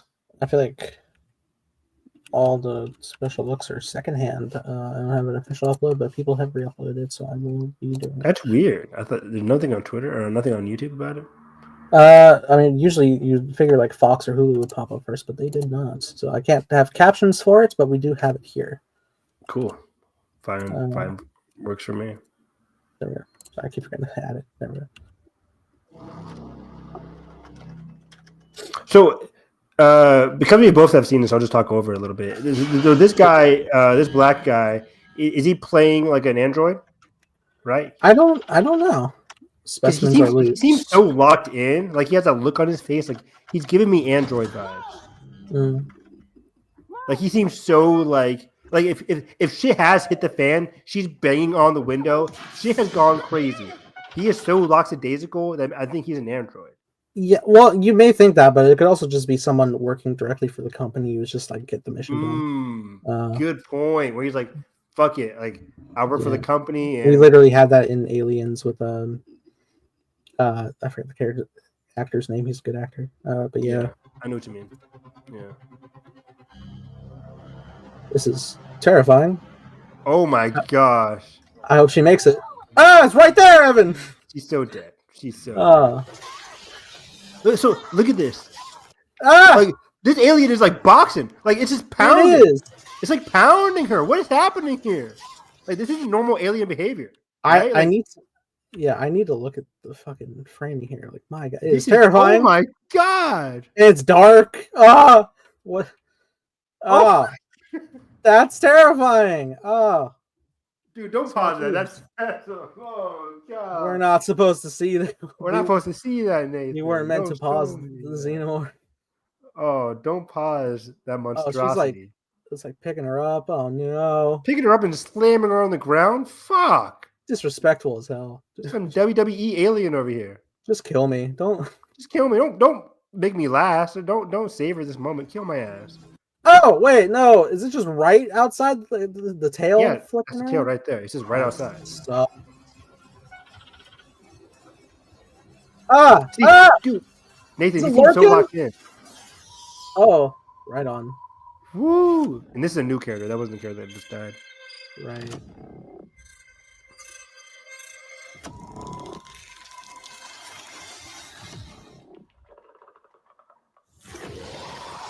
Cool. Damn, that is practical as fuck. I love that. It's extremely practical. It keeps saying summer. We don't have a firm release date yet. I'm still leaning towards a June release date, June or July. Evan, how's it reflecting forward? The letters. Great point. Great question. Yeah. Don't ask too many questions. Yeah, man. Yeah, my big thing is like he could be an android, and the alien seems so like more unnatural than it obviously already is.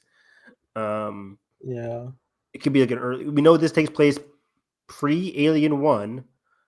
Is it? I thought I had heard it's a little post, isn't it?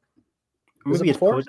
I keep being confused by the alien timeline here. It keeps throwing me off. Romulus is between 1 and 2, and yeah, this is definitely pre-1. I don't know how full into canon they're going to be keeping things like 3 and 4, but based when we return to Earth in 4, we're many years in the future, but like Earth is ravaged. 2 years before the events of the 1979 film Alien. Oh my god, that is a terrifying idea. That even before Ripley got to this idea and tried to protect everybody from taking this alien back, it's already hit Earth, and you'd have to hope that they can contain any of the threat and defeat it before it get widespread, because if it gets to a planet, Evan, there is a large chance that there's no hope for humanity. Oh yeah, for sure. We've never seen it on like a global scale, but like we have to assume the alien, and the beauty of it, like in every alien movie, like it gets ejected into space or gets killed in some way in space. We never see it like, propagate on a planet, but there is a case of like Aliens where it's like off screen, the queen and everything was like slowly. Yeah, it took over the whole colony on LV-426. Which, like, why did you make a colony there? They didn't know, but so yeah, we haven't seen Earth in any of this franchise before, right? No. Or like you talked about it. The earliest we've only gone early, which is the beginning of Prometheus starts on Earth before they journey to LV-223. Oh, that religious shit. Yeah, Alien vs. Predator is confirmed to not be canon for either of the franchises, but it is fun. They're fun to watch. Yeah, what are you talking about? What's AVP? Never heard of it. Just kidding. I do like the AVP. AVP was my first introduction to this franchise. I watched AVP, then I watched Alien. Yeah, even as like in PG-13 form, it's a really good action between. It's really fun. It's a fun movie. Second one, dark as fuck and it's not great. Horrible movie. Needlessly gross in the unrated edition. We're not going to talk about it, but we watched it. It's on the channel. We watched it. It's on the channel. Yeah. We did the whole Alien and Predator franchise. I still think that's the worst one below Resurrections or whatever that one weird one was. I think Alien Resurrection, the fourth one. Yeah, you're right. We definitely have those at the bottom. Yeah, that's about it. I'm gonna see if I missed anything else. We talked about Saw 11 last time, our last Michael Batiste stream, and there was a tweet from one of the producers and from the writer itself. What's the name? Billy the Puppet released a statement saying, "I've seen the rumors. They say it's game over, but y'all should know me better than that. The game is never over." Not much to say there, but just like, okay, it might not be completely gone. Billy had a chair today on the Saw page. He had a chair. Yeah, a lot of pages are jumping on the Avengers chair reveals. That's amazing. I love that. They did it as well. Yeah. It's bafflingly unwatchable. I don't get it. There isn't even like a character lock. Every character is bad.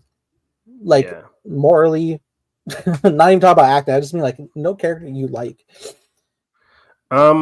Other things, Netflix is doing a Scooby-Doo live action series. Saw that today. I'm interested. I'm a huge Scooby-Doo fan. I think everybody is.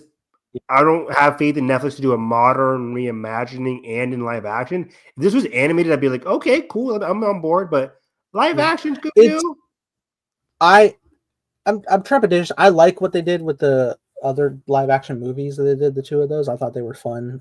James Gunn was producer on those. They're definitely of a time, though. They're of a time, but I kind of like that, like the 2000s vibe. In a lot of media. Can you capture that in 2025? No, that would have to be like a whole different can of worms. Smartphone age and whatnot. But this kind of depends on how it would go. Like, what's the descriptor of it? There was like a little descriptor. Yeah, I'll tell you. In this modern reimagining, old friends Shaggy and Daphne team up at a summer camp with scientific townie Velma and the strange but handsome Fred to solve the mystery of a lonely, lost Great Dane puppy who may have witnessed a supernatural murder. Yeah, so it had me at everything until the final word. Like whenever you go into Scooby-Doo, you don't really go into death, like hardcore death. I mean, yeah, there's sometimes is like you talk about disappearances and there's supernatural goings on. Even when shit gets like literally real, like that is string of movies like Zombie Island, Cyber. We gotta watch those. Those are great. I love that. I totally want to go in. Alien Invasion and everything. They're so good. But it's never. I hope it doesn't go like a mature audience route to like something grisly scene. I don't want it to be like how Velma was. I don't want it to be like a Riverdale situation. I want it. I don't think you're gonna see like Shaggy and Daphne having sex or anything like that. But getting high. But like I hear modern reimagining. I think they're gonna take this too seriously. Unfortunately, Scooby-Doo should never be taken seriously. It's Scooby-Doo. You're talking dog. Like it should never be taken seriously. I think they're gonna do that with this like movie. TV 14 Max. Like, I'm getting like Death Note vibe, where they took Death Note a bit too seriously.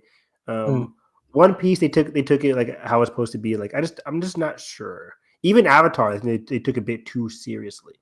Like Avatar, I like the series more than most people, but even then, I'm just like they removed all the like fun, just chilling as friends moments. They just made it streamlined. And he doesn't feel like a kid. He just feels like a stoic. He feels like a kid on a mission. Well, Aang is just like a kid on a mission, but a kid who has fun. Too. Season 3 Aang more like later season 3 Aang more than just like season 1 naive. Yeah. So and then Shaggy and Daphne as the two main people, and they come across Velma. They come across Freddy. It makes me wonder. It makes me wonder, will they be a dynamic? Because I know they've had obviously like the biggest couple is usually Fred and Daphne, but like there was like a stint where Shaggy and Velma were in a relationship in like one or two iterations, but then a lot of people kind of identify as Velma being gay, which I would like to see explored as well, representation and whatnot. But being gay, I think that even is a confirmed thing in another adaptation. There's a lot of different ways that they go about the Scooby Gang. Let me look up these writers. Because they said Josh Applebaum and Scott Rosenberg. Let me look up see what they've done in the past. Right on. So Josh Applebaum. He wrote the 'Cause, yeah. Teenage Mutant Ninja Turtles movie. The 2014, 2016. Yeah, both of them. Mm. He's written a Well- lot of not great movies. Those, I mean, at the very least, that is more of like a light-hearted vibe. I mean, it's not too serious. There's still jokey turtles in those movies, as gritty as you may see the visual to be. They're still them. They're even more so themselves in the second movie than the first one. In those Bay films. How about the other person, Scott Rosenberg? Let's just hope they don't try and do what they were doing with live-action Powerpuff Girls. That wasn't Netflix though. Was that Netflix? That was CW. That was CW, right? Which was did you see that footage? Not great, Bob. Not very, Bob. Claudia Bennett. Let's go watch Agents of Shield. Scott Rosenberg, even worse credits to his name, if Google was to be believed. What Kangaroo you got? Jack. That's a oddly cult classic for a lot of people. So he's written. Wait, he has a lot of producer credit. Let me see what he wrote. Okay. He was on board for. God, I hate when it does this. Wait, let me scroll up. You're on Writer, IMDb. previous. I'm on IMDb. Yeah, Jumanji: The Next Level. People like that. He was part of the screenplay for Venom. I'm trying to look for things that we have heard about.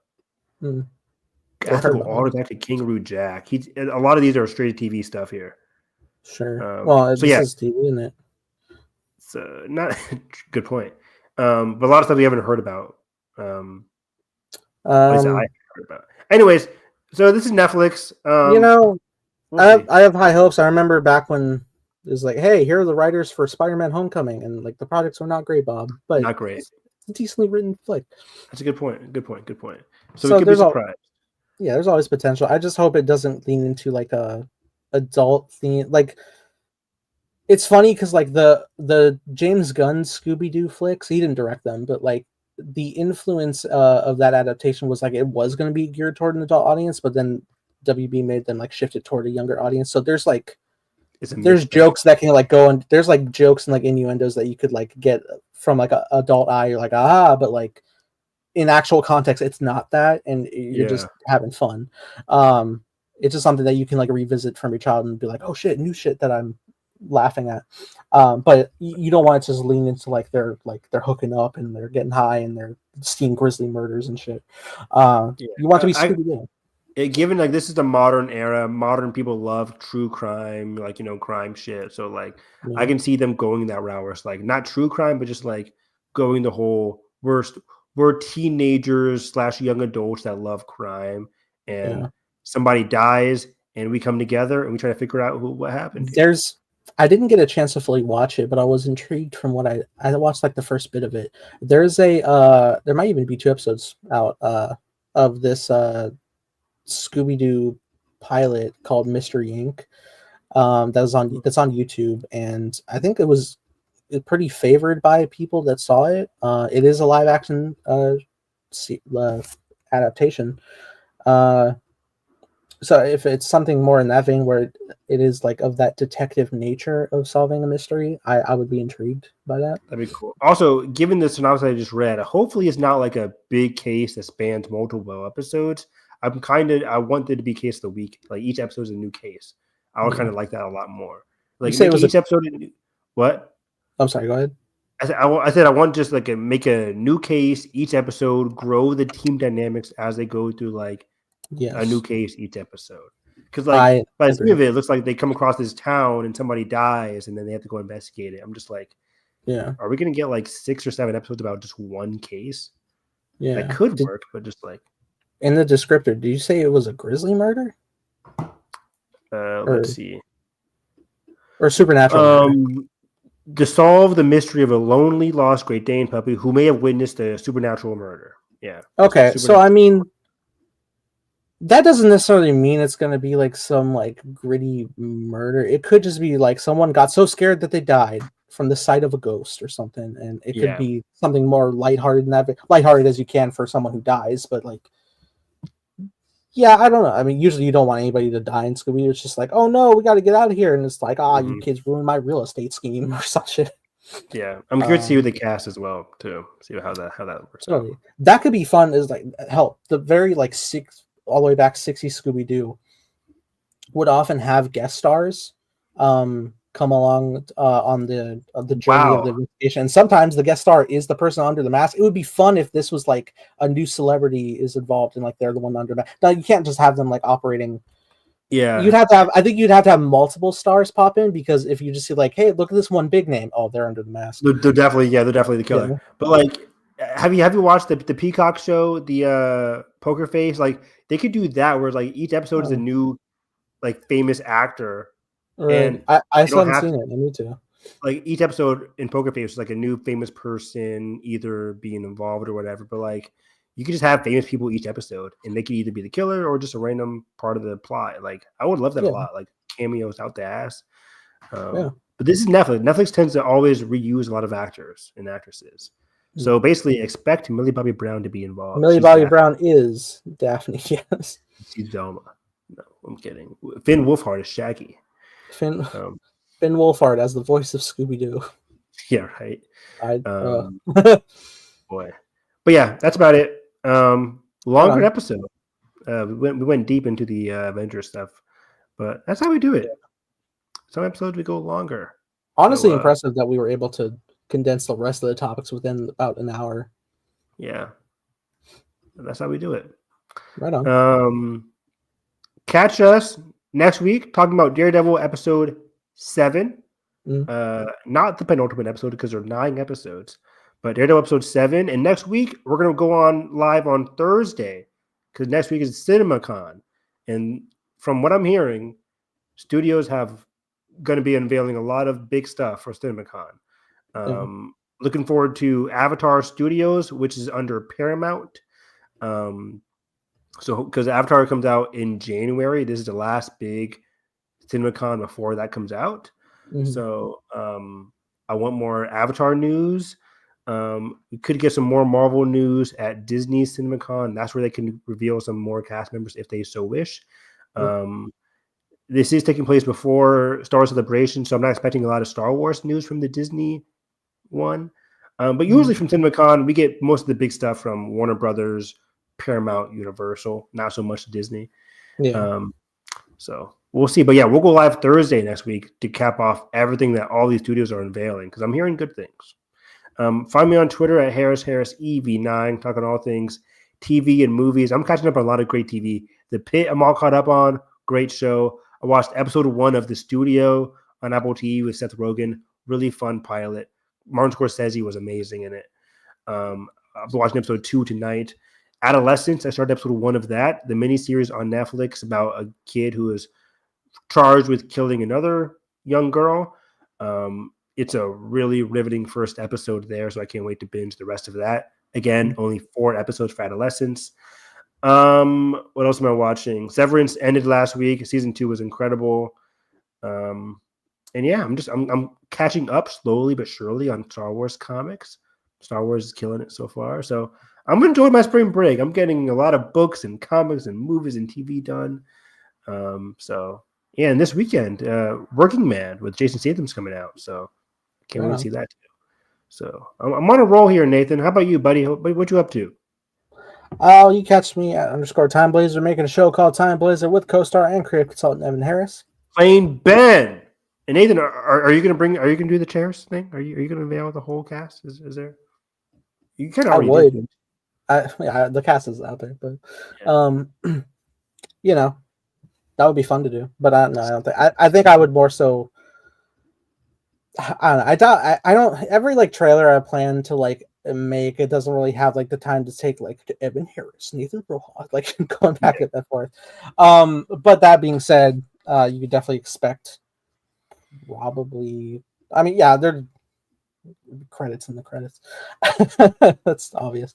But you know, posters are always a thing I love to make, so you can always check there. Check the app for the cast itself. But that being said, if you enjoyed this, make sure you like button, subscribe, and already ring the bell so you miss coverage on all things movie and TV. And that being said, hope you have a great day and catch you guys next time.